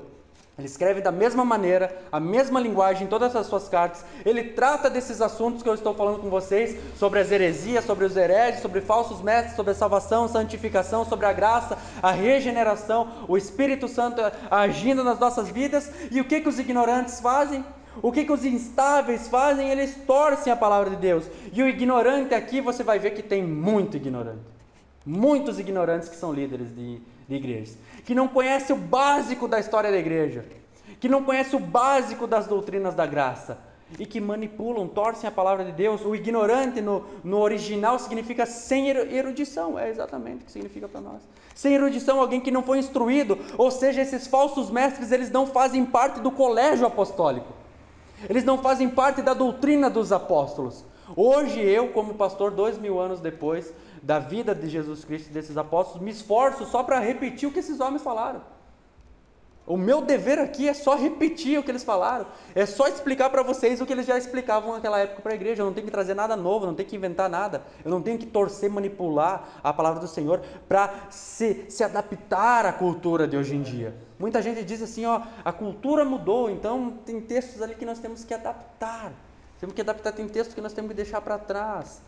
Tem textos aí que era para a igreja daquela época que já não é mais para nós hoje. Eles torcem a palavra de Deus para adaptar a este mundo. Mas a palavra de Deus não é contracultural. A palavra de Deus não veio para tratar da cultura. Ela veio tratar do problema do homem para com Deus. O homem é inimigo de Deus. A palavra de Deus não veio para mudar. Mas igual o pastor que canta rap. Ou outro pastor é a igreja do rock. A igreja do metal, o pastor Pipe lá da Gólgota em Curitiba. Você acha que Deus está preocupado em mudar o estilo da música do cara? Ele quer mudar a letra do cara. Enquanto o cara glorificava outros deuses, agora ele está com esses mesmos estilos de música glorificando a Deus. Porque agora ele foi reconciliado com Deus.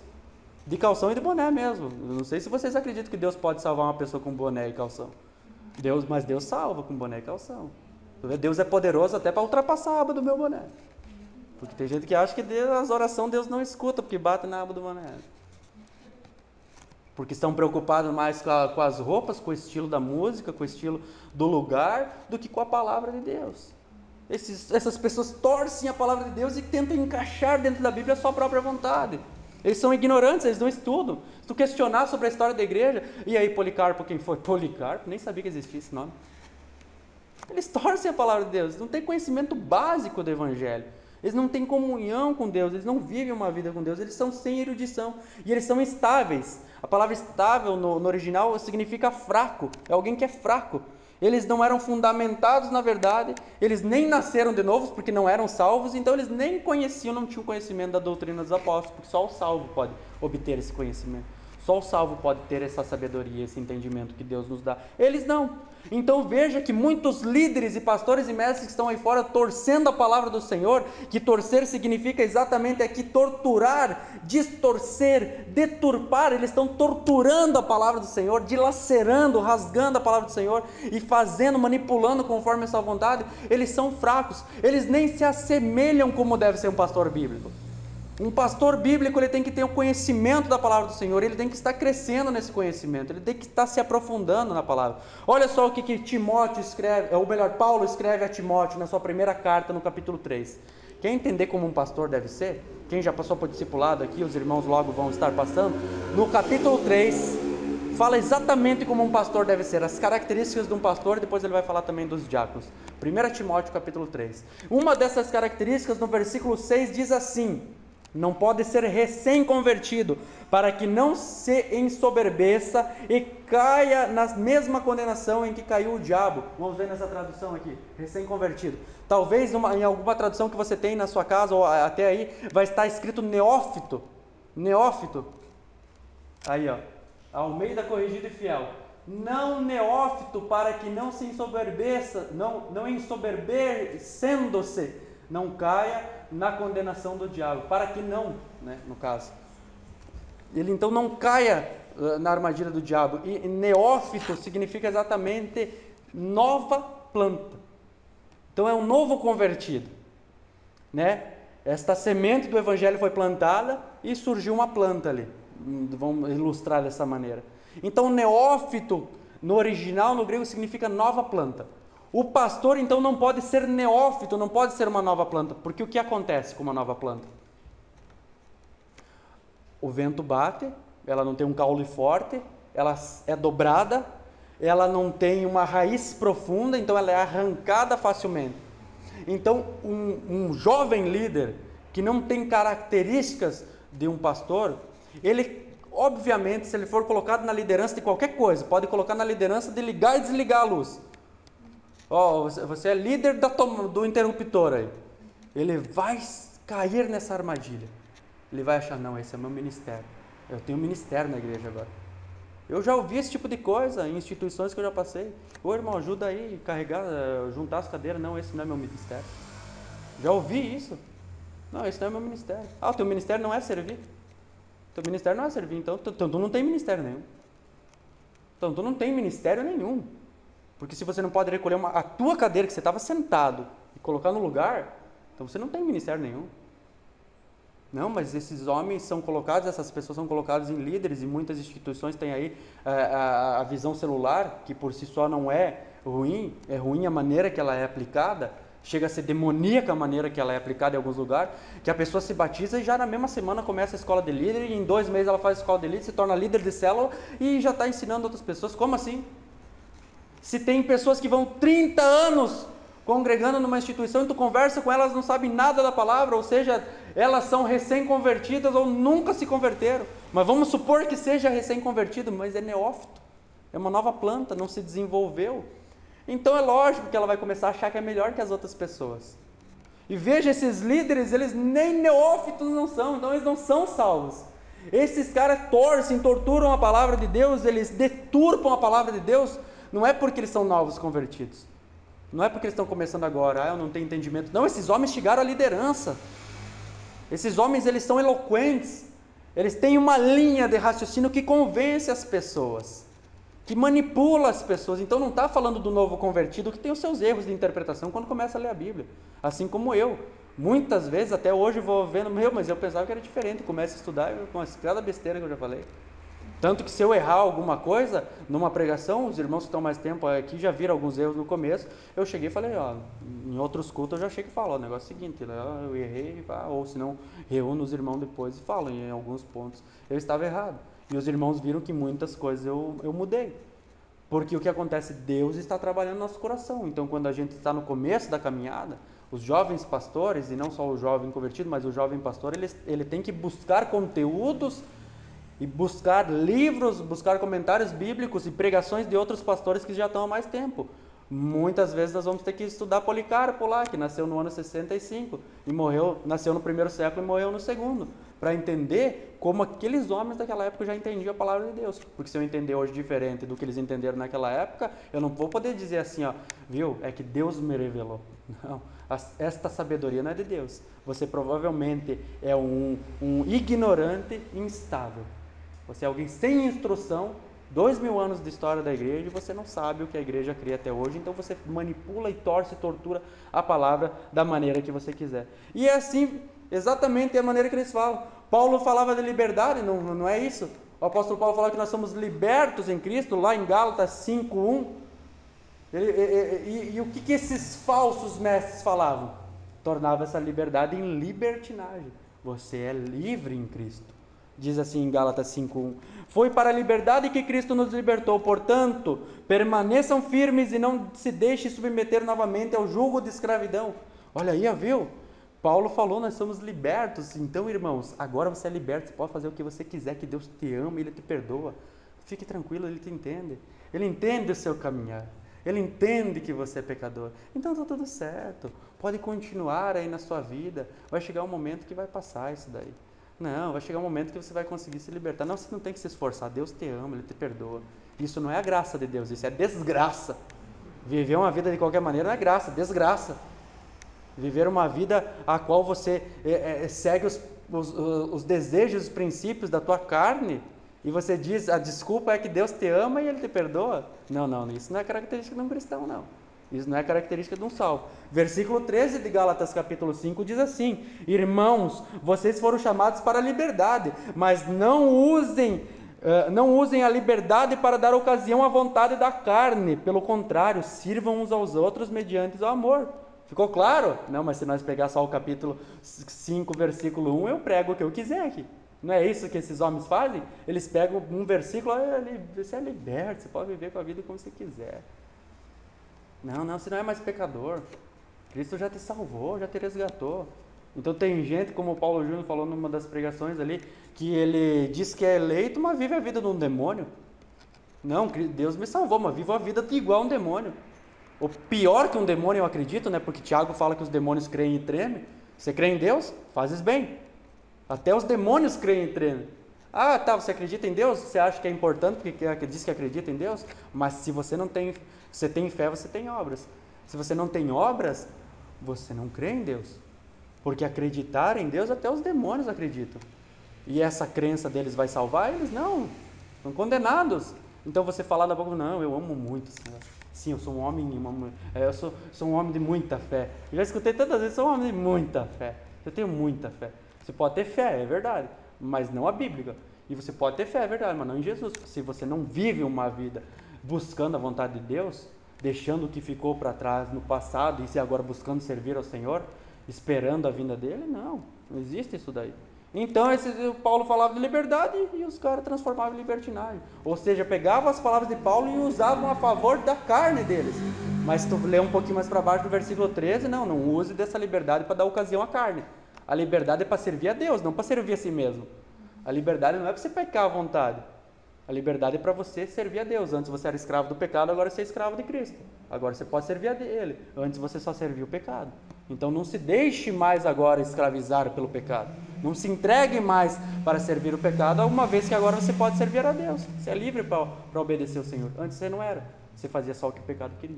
Agora você pode fazer a vontade de Deus. E Paulo falava do novo nascimento. Eles falavam, não é assim. Não é muitos que dizem hoje aí, né? Não, você tem que buscar o batismo no Espírito Santo depois. Ué, mas como que nasceu de novo sem o Espírito Santo? Foi pela força da carne? Então, se não foi espiritual, foi da carne. E daí você vai lá e batiza nas águas em nome do Pai, do Filho e do Espírito Santo. Então já foi batizado no Espírito Santo. Mas não, agora você tem que orar e jejuar para ser batizado no Espírito Santo. Mas eu fui ou não fui batizado no Espírito Santo? Em nome do Pai, do Filho e do Espírito Santo. E agora tem que buscar ser batizado no Espírito Santo? É 2 batismos no Espírito Santo? Como é que é? Me explica essa doutrina louca aí. E como é que o cara se converte sem ter o Espírito Santo? Se é o Espírito Santo que convence do pecado, da justiça e do juízo. Se a obra santificadora é do Espírito Santo, se a regeneração é o poder de Deus através do Espírito Santo agindo na nossa vida, e o cara se esforça, se converte, se batiza, e depois é batizado no Espírito Santo? Não, tem alguma coisa errada aí. O novo nascimento acontece quando? Quando o Espírito Santo vem, ou você nasce de novo, você se converte sozinho, e depois o Espírito Santo vem. Não tem conversão sem o Espírito Santo. Paulo deixa claro isso. Se não tem o Espírito de Cristo, não pertence a Cristo. Olha só, Romanos capítulo 6, versículo 1 ao 5, que isso é um novo nascimento. O novo nascimento não é na água ali. O novo nascimento acontece internamente. A água só é a demonstração pública, o batismo na água, do que aconteceu. Você não pode se batizar na água se não aconteceu internamente dentro de você. E se um dia você fez isso, você nunca foi batizado. Você nunca foi batizado. Você foi tomar um banho de piscina, foi tomar um banho no rio. Batismo não. Batismo é quando algo acontece no meu coração e eu quero demonstrar publicamente para a igreja. Então, um dos sacramentos é o batismo, o outro é a ceia do Senhor. O cristão que adentrou no corpo de Cristo e agora permanece no corpo de Cristo, participando da ceia do Senhor, da comunhão da igreja.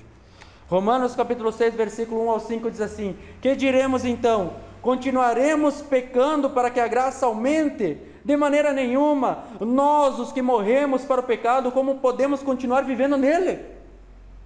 Deixou claro, né? Mas ele continua: ou vocês não sabem que todos nós que fomos batizados em Cristo Jesus, fomos batizados na sua morte?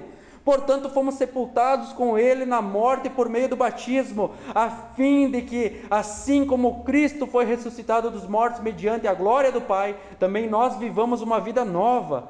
Se dessa forma fomos unidos a eles na semelhança da sua morte, certamente seremos também na semelhança da sua ressurreição. Agora eu pergunto: se a pessoa não nasceu de novo, não foi unida na morte de Cristo, acha que um dia vai ser unida na sua ressurreição? Jamais. Jamais. Isso é a união mística do crente com Cristo. Esse novo nascimento, esse batismo com Cristo, ou seja, é quando nós fomos crucificados com Cristo lá na cruz do Calvário, 2000 anos atrás. Cristo morreu pelos nossos pecados. E por isso Paulo vai dizer aos Gálatas que ele está crucificado com Cristo. Porque de fato, nós morremos para o pecado, morremos com Cristo na cruz do Calvário, e Ele ressuscitou, e nós ressuscitamos para uma vida nova. Então, vamos continuar vivendo uma vida de pecado? Vamos pecar mais para dizer assim? É isso que as pessoas fazem aí fora. O que acontece é que ele está falando aqui, no final do capítulo 5, ele termina dizendo assim: onde abundou o pecado, superabundou a graça. Ele termina o capítulo 5 dizendo. Então é interessante, daí algumas pessoas pegam isso e vivem assim hoje. Porque eles dizem assim: não, o meu pecado mostra como Deus é bom porque Ele me perdoa. Então ele começa aqui: que diremos então? Vamos continuar pecando para que a graça aumente, para dizer, ó, como Deus é bom. Tem pessoa que peca e diz que Deus é bom, né? Olha só, então ele quer dizer assim: não, o meu pecado mostra como Deus é bom. O meu pecado mostra que Deus é amor. Tem muita gente que vive desta maneira: Deus me ama, olha só, eu posso pecar e Deus continua me amando. Eu vivo pecando, e Deus continua me amando. Não, você nunca foi salvo, meu irmão. Ou melhor, você nem é meu irmão. Você nunca foi salvo. Que diremos então? Continuaremos pecando para que a graça aumente? De maneira nenhuma. Nós que morremos para o pecado, como podemos continuar vivendo nele? Viver nele significa alguém que vive em pecado, não alguém que está vivendo com Deus, buscando fazer a vontade de Deus e às vezes peca. É alguém que tem uma vida pecaminosa e que às vezes ela quer fazer a vontade de Deus. Às vezes ela pensa em mudar. Às vezes ela pensa que ela deve ir no culto. Às vezes, não. Nós às vezes pecamos, mas nós queremos de todo o nosso coração fazer a vontade de Deus. Então o que diremos, irmãos? Vamos continuar pecando? Vivendo no pecado? Pecar nós pecamos, mas viver no pecado não. Viver no pecado não é prática do cristão.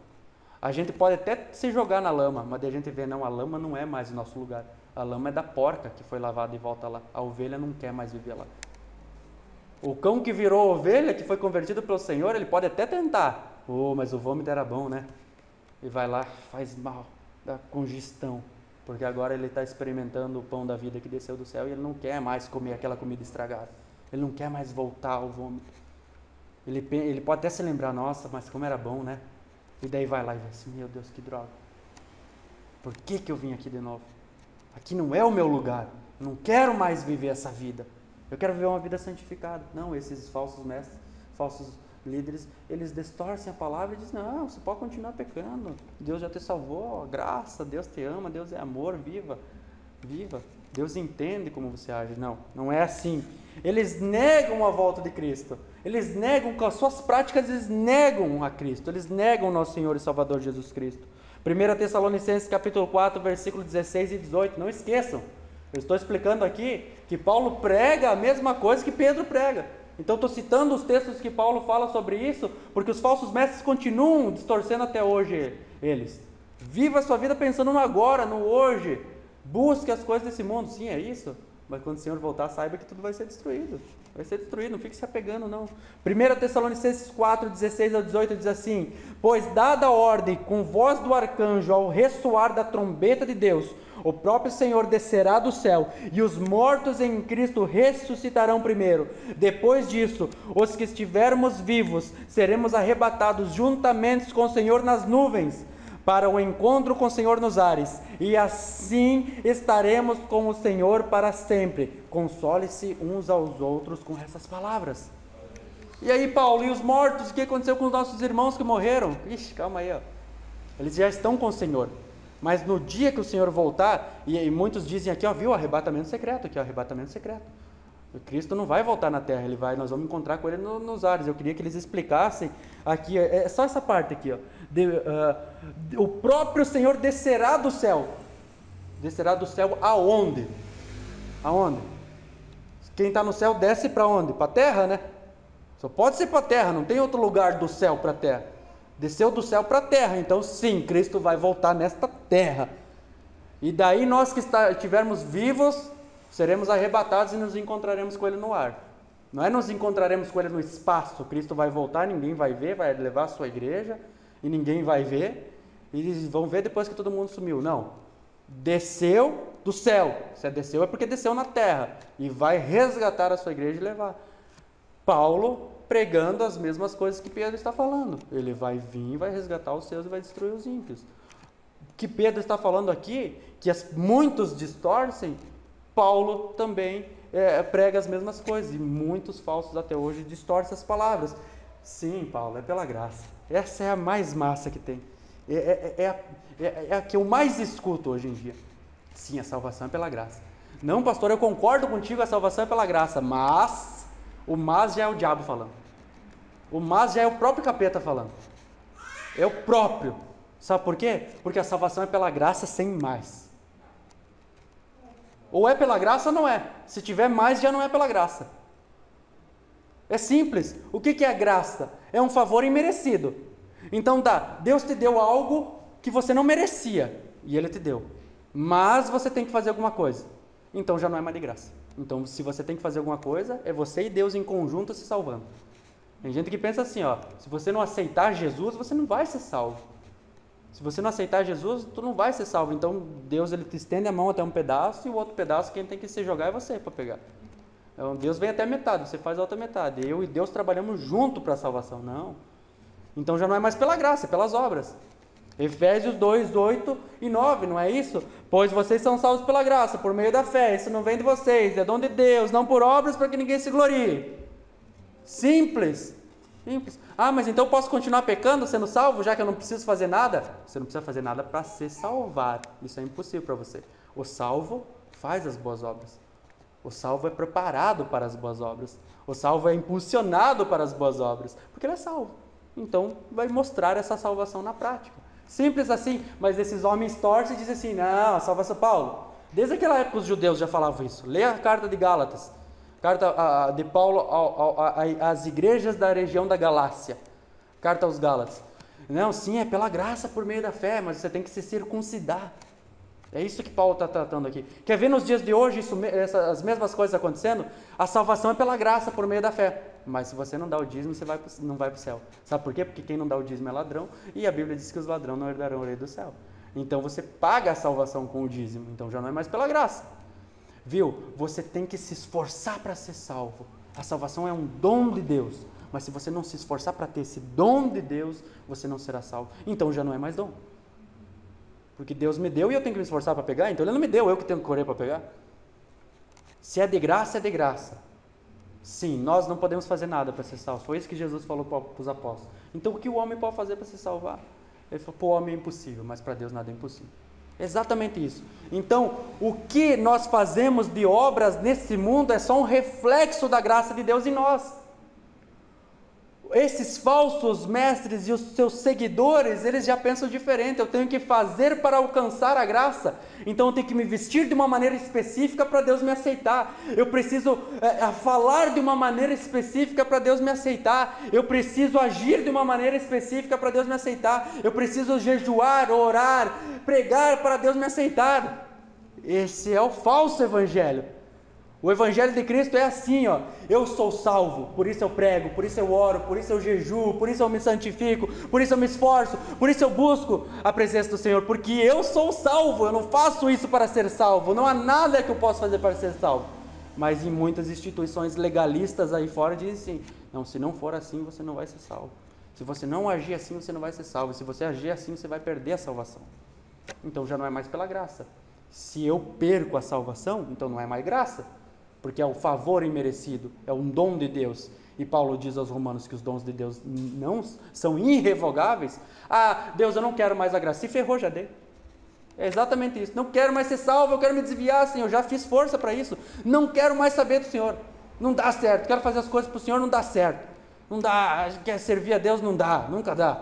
Nunca dá certo nada que as coisas que a gente quer fazer. Então, não vou mais servir mais também. Quero trabalhar, comprar minhas coisinhas, então agora você vai ficar desempregado, porque eu já te dei a salvação e você vai segurar. É isso mesmo. É isso mesmo, a minha vida mostra isso. Não, já chorei, Pai, me mata, eu não quero mais viver essa vida, não quero mais saber do Senhor. Aí chega uma pessoa, bate na porta, o cara começa a pregar o evangelho, estava até agora chorando, dizendo que não queria mais Deus, e agora está pregando o evangelho, daí o cara fala assim, meu Deus do céu, como eu sou besta, né? Olha como o poder de Deus é tão grandioso, eu quero sentir esse poder. Até há pouco estava chorando que não queria mais, daí sente o poder de Deus, não quer mais parar de sentir. Os dons de Deus são irrevogáveis, Ele salva a pessoa e Ele não volta mais atrás, mas muitos distorcem, dizem, não, você é o esforço teu, é as tuas obras. É pela graça, mas se você não crer, você não vai ser salvo. Efésios 2, 8 e 9 nós acabamos de ler, que tanto a graça quanto a fé é dons de Deus, não vem do nosso esforço. Eu vou repetir isso, eu não tenho mais nada para pregar para vocês, eu não tenho mais nada para pregar para vocês, só tenho que repetir essas coisas, e sim, toda pregação se eu precisar repetir isso, eu vou repetir. É isso, eu não tenho mais nada para ensinar, eu só tenho para ensinar o evangelho do Senhor, eu não tenho nada novo para falar para vocês, só tenho que repetir, e é isso que eu vou fazer por resto da vida. Quantas vezes Pedro repete aqui? Lembre-se, 8 vezes só no capítulo 1, o pleno conhecimento de Deus.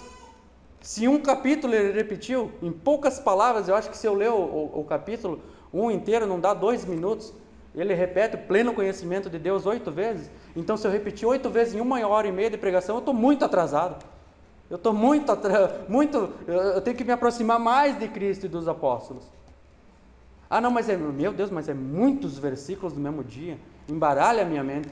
Então vai lá estudar a primeira pregação de Pedro, quantos versículos do Velho Testamento ele cita. Vai estudar a pregação de Estevão, quantos versículos do Velho Testamento ele cita para explicar sobre Jesus, começando por Moisés, e ele vem destrinchando os profetas, dizendo ali, ó, Cristo estava lá, esses homens falavam de Cristo, esses homens proclamavam o mesmo Cristo que nós proclamamos hoje. Sempre foi pela graça, nunca foi pela lei, nunca foi pelas obras, sempre foi pela graça. Por mais que distorçam, não creiam nisso. Ele começa a dizer ali, continuando o texto do versículo 16 de 2 Pedro 3, na quarta parte, como também o fazem com as demais escrituras. Paulo escreve, com a sabedoria que Deus deu a ele, e esses homens distorcem a palavra do Senhor, mas eles não distorcem só a palavra, os escritos e as cartas de Paulo, eles distorcem as demais escrituras, e é muito interessante entender isso, porque o apóstolo Pedro está falando aqui, ó, as cartas de Paulo, elas têm peso igual com as escrituras do Velho Testamento. Ele está dizendo para a igreja assim, ó, sabe o cânon fechado do Velho Testamento, que é inspirado por Deus, que ali os judeus acreditam nisso daí? Paulo, as cartas dele têm o mesmo peso do que elas. O que Paulo escreveu, que nós temos hoje, tem o mesmo peso, é o mesmo Espírito que inspirou ele a escrever, assim como inspirou os profetas do Velho Testamento, os escritores do Velho Testamento. Então esses homens não distorcem só as palavras dos apóstolos, eles fazem isso com as demais escrituras. Você vai ver, eu já fico desconfiado se eu vou num culto que eu questiono as pessoas ali, a maioria das pregações que elas escutam são do Velho Testamento. Quantas vezes, e se você pedir para o irmão Assir, eu acho que é o mais velho que está aqui, quantas vezes que eu preguei no Velho Testamento em 2 anos? Nenhuma vez. Porque não é inspirado por Deus? Não, pelo contrário. É porque é tão difícil, precisa de tanto estudo, tanta profundidade para pregar o Velho Testamento, sem aplicar coisas que era para ele na igreja hoje, e extrair o conhecimento prático para a igreja hoje, que não era o mesmo para eles, porque sim, o Velho Testamento, a lei, não é aplicada a nós, então tem que ver que promessas que eram para aquele tempo não são para nós hoje, porque o cara lê Salomão, e daí o Salomão orou para Deus e pediu sabedoria, e Deus enriqueceu ele.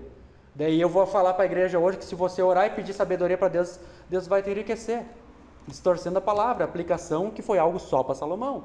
Nós não estávamos falando esses dias aí da seita aqui da cidade, aí, da campanha do sal? Foi algo específico que Deus deu para o profeta Eliseu, ele colocou sal na água e alguns galhos de árvore, a água purificou. E daí eles dizem, viu, se você pegar o sal aqui, a campanha do sal vai purificar o casamento, vai purificar.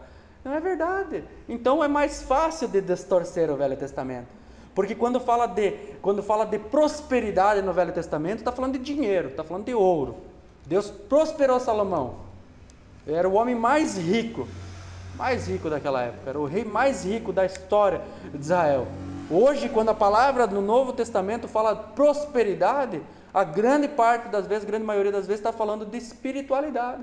Prosperidade é você ter uma vida espiritual sadia com Deus, em comunhão com Deus. Esses homens, então, eles pegam o Velho Testamento, as demais escrituras que o texto está falando aqui, e fazem a mesma coisa.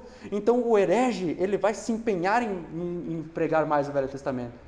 Está lá, eles dão até nome para 5 pedras que Davi derrotou o gigante. Eles fazem isso. Eu uma vez escutei a pregação, cara, eu fiquei muito impressionado com a criatividade que esses homens têm.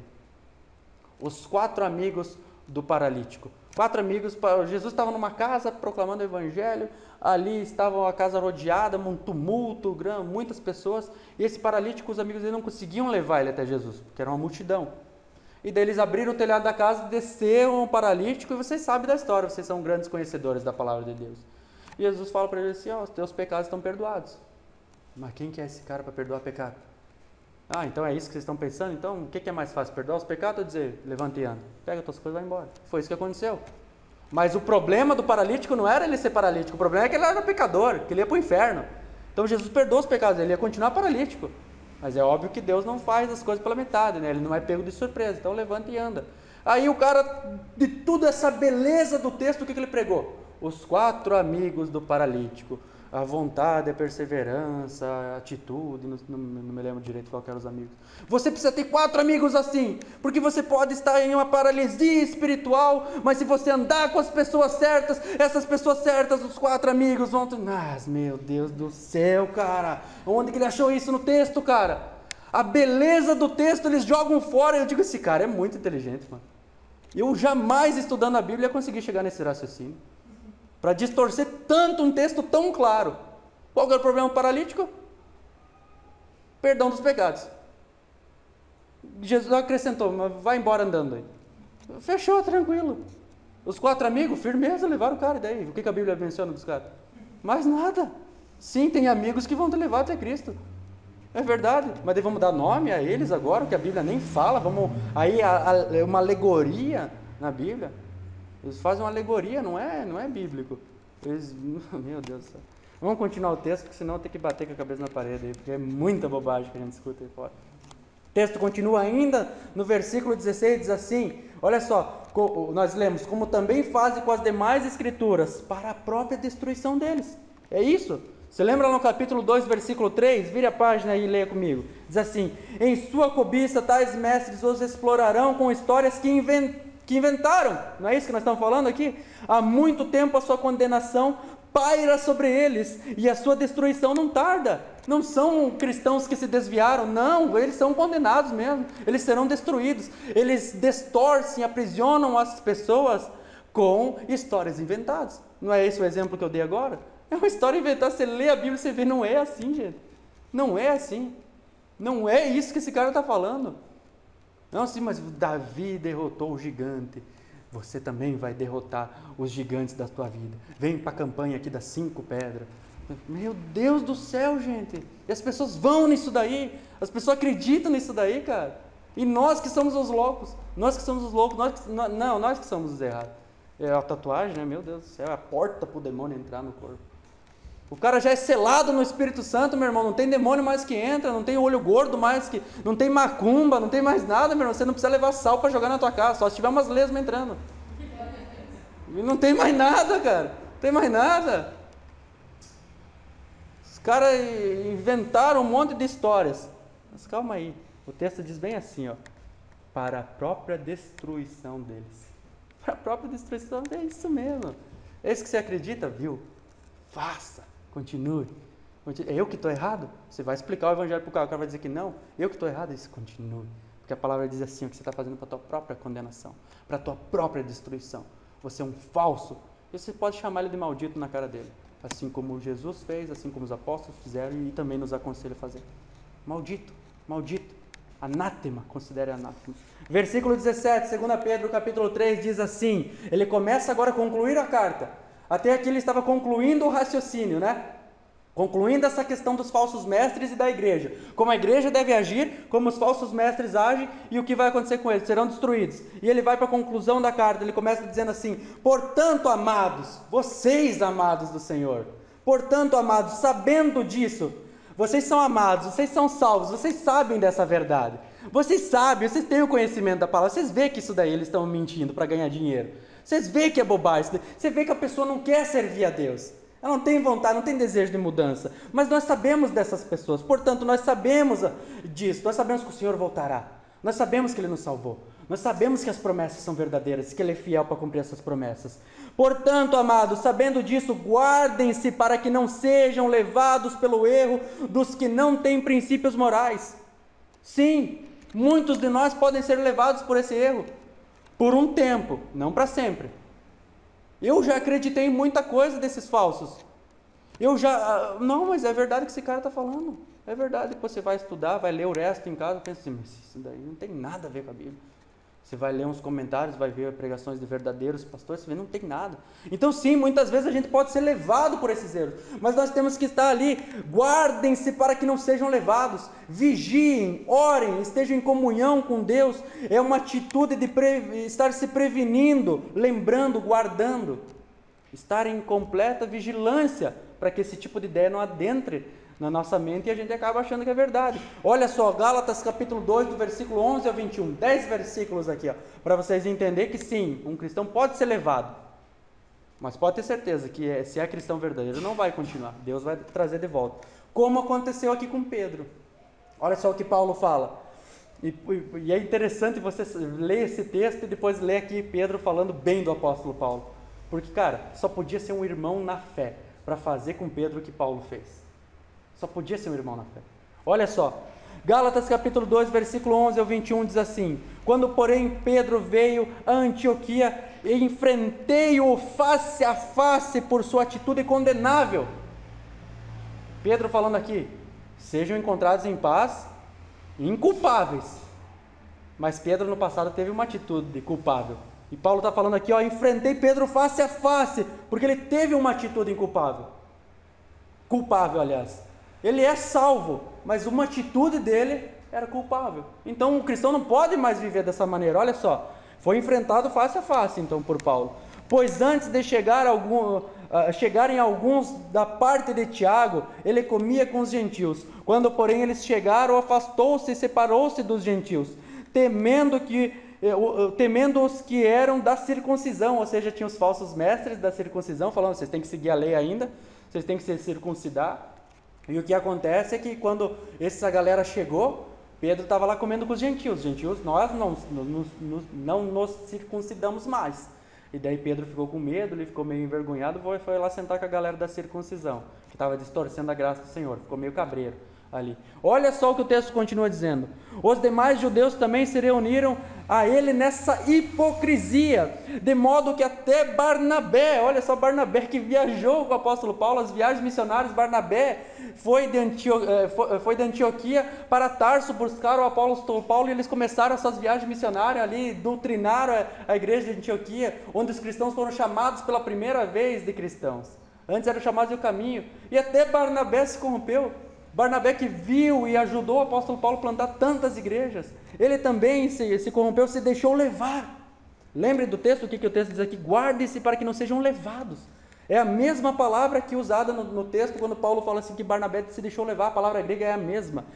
Quando vi que não estavam andando de acordo com a verdade do Evangelho, declarei a Pedro diante de todos: você é judeu, mas vive como gentil e não como judeu. Portanto, como pode obrigar os gentios a viver como judeu?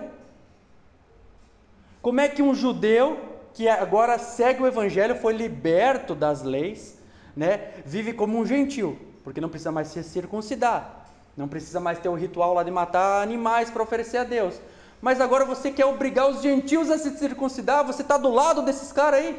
Mas você é judeu, vive como não judeu, e você quer obrigar os gentios a viver como judeu? Como assim? Nem você não faz mais isso? Como é que você quer obrigar os outros a fazer o que nem você não faz mais? O que já passou, a ordem do passado, a lei de Moisés já tinha ficado no passado. Essas coisas, né, que é ali para a nação de Israel. Então, como que você quer fazer com que eles vivam como judeu? Nós, os judeus de nascimento e não os gentios pecadores, sabemos que ninguém é justificado pela prática da lei. Os gentios não tinham lei. Quem sabe que a prática da lei não salva ninguém é os judeus. Mas mediante a fé em Jesus Cristo, assim nós também cremos em Cristo Jesus, para sermos justificados pela fé em Cristo. Nós não somos justificados pela fé, pela lei, nós somos justificados pela fé em Cristo, que é nos dado por Deus. Não é nada praticado da lei que faz com que a gente seja salvo. Olha só, se porém procuramos ser justificados em Cristo, descobrimos que nós mesmos somos pecadores. Será Cristo então ministro do pecado? De modo algum. O que estava acontecendo ali? Se eu tento com as minhas forças ser justificado, se eu tento com as minhas forças crer em Cristo para ser salvo, então por acaso Cristo é ministro do pecado? Porque quando eu olho para Cristo eu vejo que eu sou pecador, e tudo o que eu faço é pecaminoso. Então como é que uma obra minha pode me salvar? Por acaso Cristo é ministro das minhas obras pecadoras? Ou Cristo é ministro da salvação, e Ele salva quem Ele quiser, e Ele justifica pela sua obra na cruz do Calvário, ou é eu que me justifico? De modo algum, se reconstruo o que destruí, provo que sou transgressor, pois por meio da lei, eu morri para a lei, a fim de viver para Deus. Fui crucificado com Cristo, assim já não sou eu quem vive, mas Cristo vive em mim. A vida que agora vivo no corpo, vivo-a pela fé no Filho de Deus, que me amou e se entregou por mim. Olha só, não anulo a graça de Deus, pois se a justificação vem pela lei, Cristo morreu inutilmente. Ou em outra tradução, Cristo morreu de balde, em vão. De varde, como muitas pessoas dizem. Cristo morreu em vão, inutilmente. Se eu digo que é as minhas obras que fazem, a obediência à lei de Deus que faz com que eu seja salvo, então quer dizer que Cristo morreu inutilmente. E é óbvio entender isso. Se são minhas obras que salvam, que cargas d'água que Cristo vai fazer na cruz do Calvário? Porque se eu já posso me salvar obedecendo. Se existisse uma maneira do homem obedecer a Deus para ser salvo, por que Cristo morreu? Cristo não precisava ter morrido. Então eu estou praticando essas coisas, eu estou anulando a graça de Deus.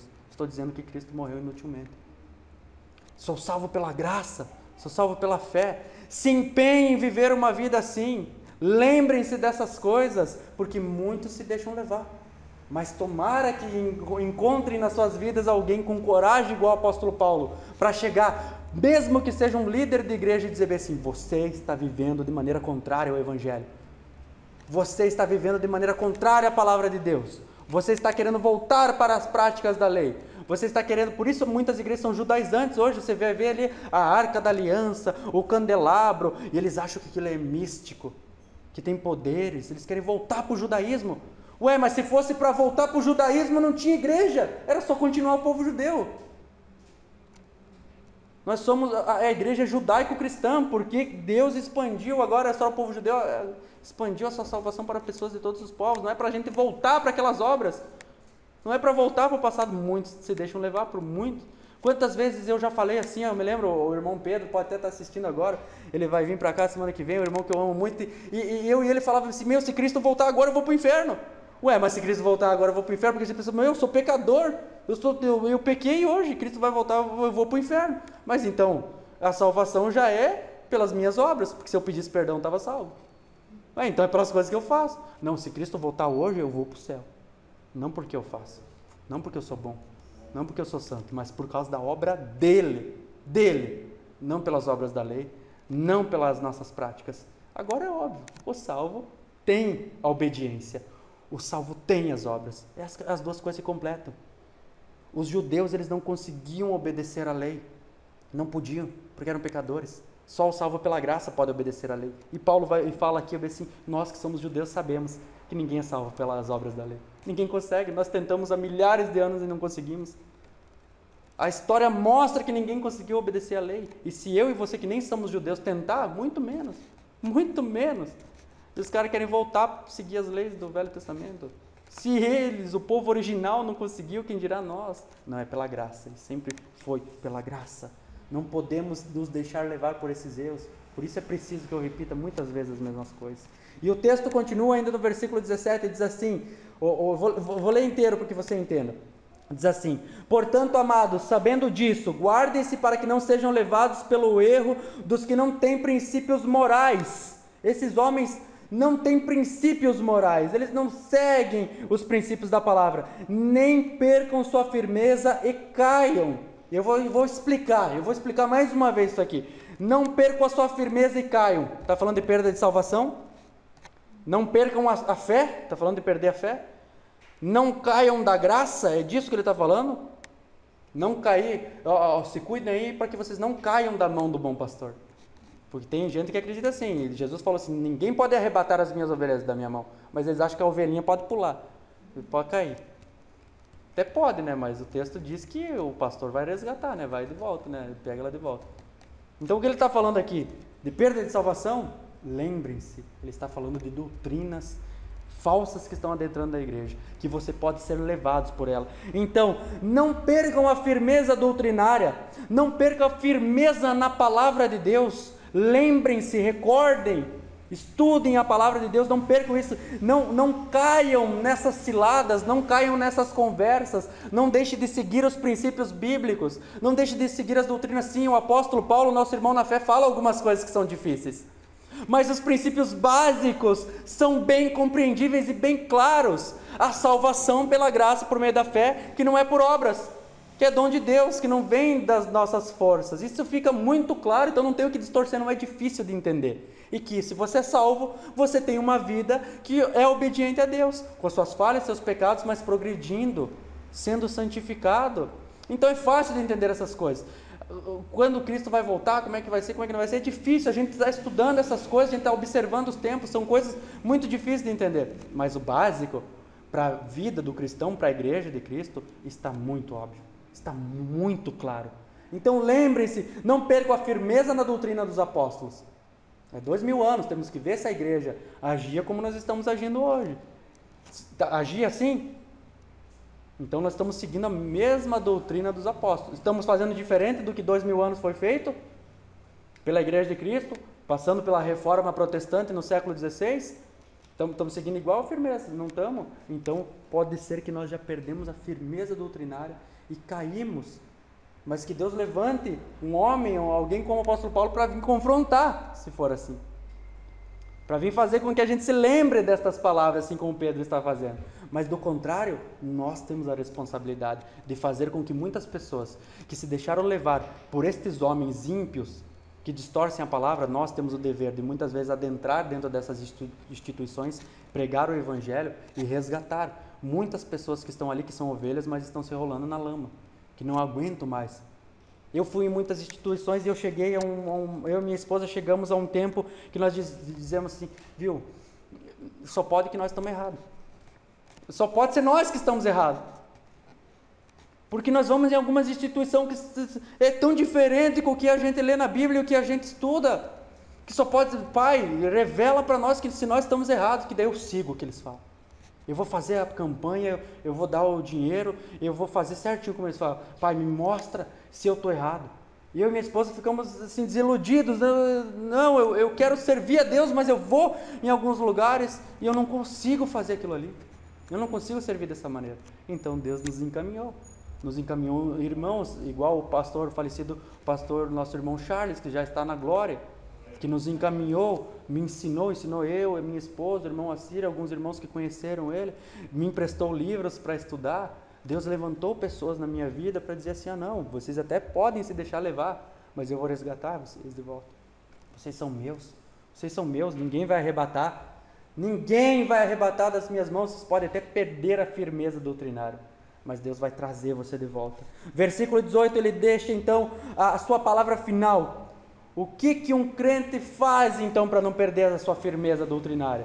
O que um crente deve fazer, o que a igreja deve fazer para não perder, não cair destas doutrinas da graça? Não é perder a salvação, é perder a firmeza doutrinária. Ele diz assim, no versículo 18, a primeira parte: cresçam, porém, na graça e no conhecimento. Lembrem-se lá do capítulo 1, versículo 2, graça e paz lhes sejam multiplicados no pleno conhecimento de Deus, de Deus e de Jesus, o nosso Senhor. Viu? Ele junta as duas coisas, a graça de Deus que vem pelo pleno conhecimento de Deus. Alguém pregou o evangelho a ti, então a fé é derramada sobre a tua vida. A regeneração acontece. Então nós devemos, agora que temos essa graça e temos o conhecimento, que ele deixa claro no capítulo 1 para a sua igreja, ele diz assim ao nosso Senhor Jesus Cristo através de Pedro: cresçam nessa graça, cresçam nesse conhecimento, santifiquem, sejam santificados lendo a palavra, obedecendo a palavra, praticando a palavra. João 17:17, santifica-os na verdade, a tua palavra é verdade. Jesus, quando orava em favor de nós, ele diz: santifica-os, Deus, santifica-os, Pai, na tua palavra, porque a tua palavra é a verdade. Santifica-os na verdade, porque a tua palavra é a verdade. Filipenses capítulo 3, versículo 10 diz assim: quero conhecer a Cristo, ao poder da sua ressurreição e a participação em seus sofrimentos, tornando-me como ele em sua morte. Então não é, vocês estão entendendo o que o apóstolo Paulo estava? Eu vou ler de novo, olha só. Quero conhecer a Cristo, ao poder da sua ressurreição e a participação em seus sofrimentos, tornando-me como ele em sua morte. Meu Deus, Paulo, o que tu tem ainda para conhecer de Cristo? Olha tudo que tu escreveu para nós, e nós estamos estudando há 2000 anos, e Paulo escreve assim: eu quero conhecer Jesus, porque o que tem na Bíblia é básico comparado com quem ele é. Paulo escreve em 1 Coríntios 13, que hoje nós vemos como se fosse num espelho embaçado,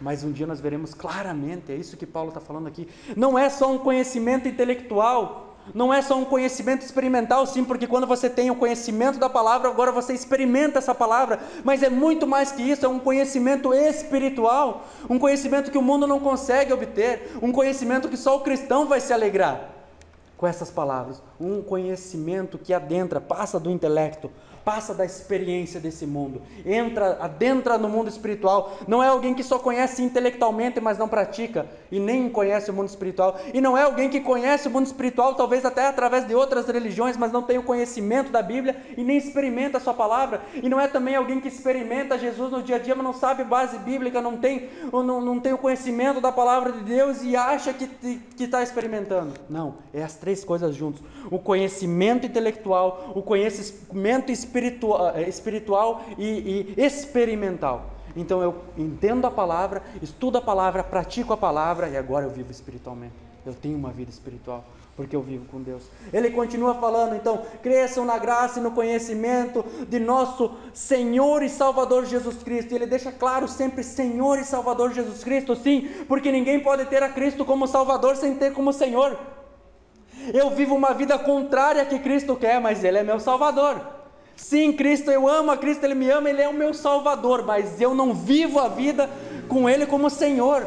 Então é impossível que alguém que tem a graça de Deus e o conhecimento de Deus e está crescendo nestas coisas, não tenha Cristo como Senhor, só tenha como Salvador. Não, é mentira, não é verdade. Aquele que tem o Cristo como Salvador, ele tem como Senhor.